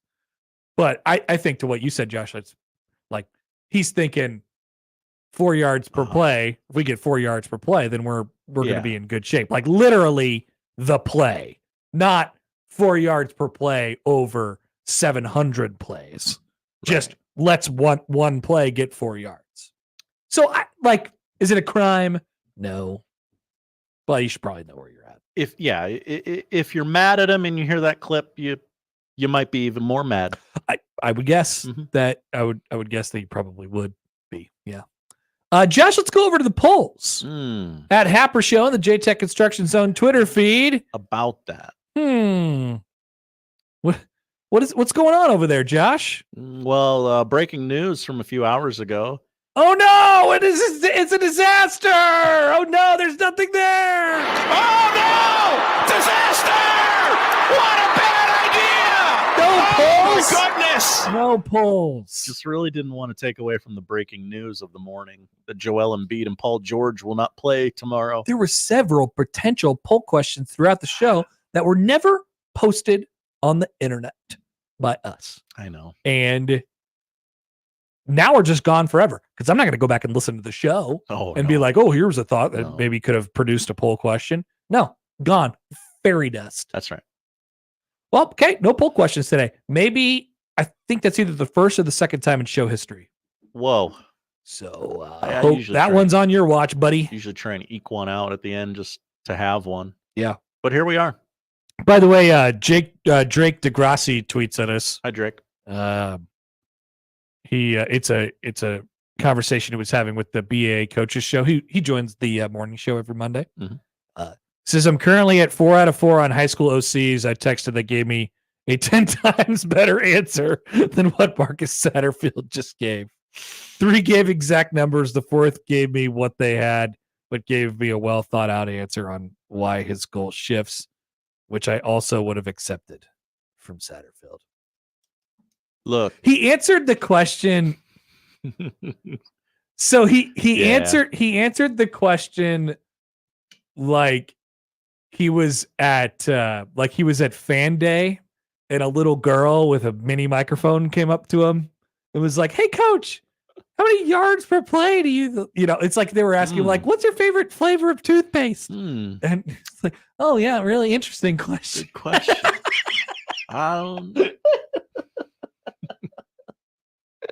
Sir, can you pull it up one more time? Can you pull it up? I can. Can you pull it up one more time? Because it's going to take a minute. I did log out of Twitter. Oh my God, John. Connor, there was a tab that didn't need to be open. Logged out? Yeah. Let other people log out for you. Oh God, no. Nick Grimm would have a coronary if hey, log me out. Oh my gosh. We'll get it. Don't worry. So just imagine it. All right, here we go. Imagine it if it was a question from like a little girl at like Super Bowl media day or something like that. Or she has a tiny microphone. Now think of it. Caller, what's that target number for yards per play that you would aim for? That's within reason. That's a good play. Or it's between 4 and 6. I don't know. I've never really thought about that. Coach, what's your favorite song to listen to when you were 11? When you were my age? Oh gosh, that's a good one. I don't know. Maybe Taylor Swift. I don't know.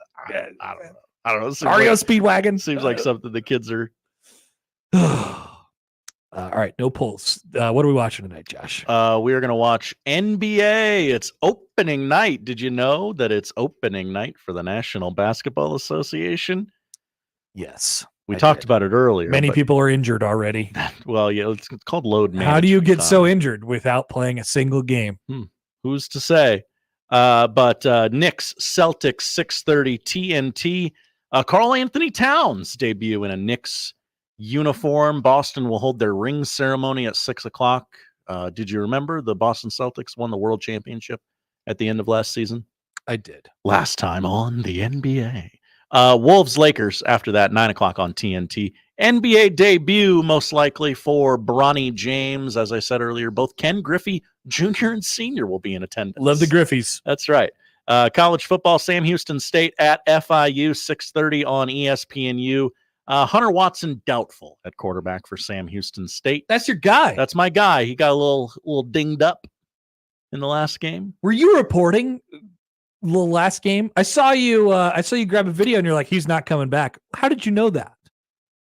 How did I know what? How did you know that he wasn't coming back? He was concussed. They announced it? Yeah. Okay. I thought you were like jumping in on this. No, I'm not a newsbreaker, Connor. You've broken news before. I have and will again. UTEP at Louisiana Tech, 7 o'clock on CBS Sports Network. Also, before all that, 6 o'clock on ESPN2, the first rankings will be revealed for the college football playoff. Oh, those will be interesting, I'm sure. I'm sure we'll have reasonable takes to all of that. NHL, they're doing the Frozen Frenzy today. All 32 teams in action. A new game starting every 15 minutes from 5 to 10 p.m. ESPN2 will do whip-around coverage beginning at 7, a la NFL Red Zone. ESPN will have a triple header of games on. Capitals, Flyers at 5, Avalanche, Kraken at 7:30, and then Kings, Golden Knights at 10 o'clock. And finally on Amazon Prime, a new 5-part docuseries for you to enjoy. Amazon Prime. Game 7. It revisits iconic moments from memorable sports games, including the Cubs' 2016 World Series victory and the New York Rangers' 1994 Stanley Cup Finals win. Cool. It's a good idea. That is a very good idea. Thanks, Josh. Thank you, Connor. That's what we're watching tonight. That's the show. If you missed anything, you can find it all. Play it back. Run it back. 1620thezone.com. The crossover is next.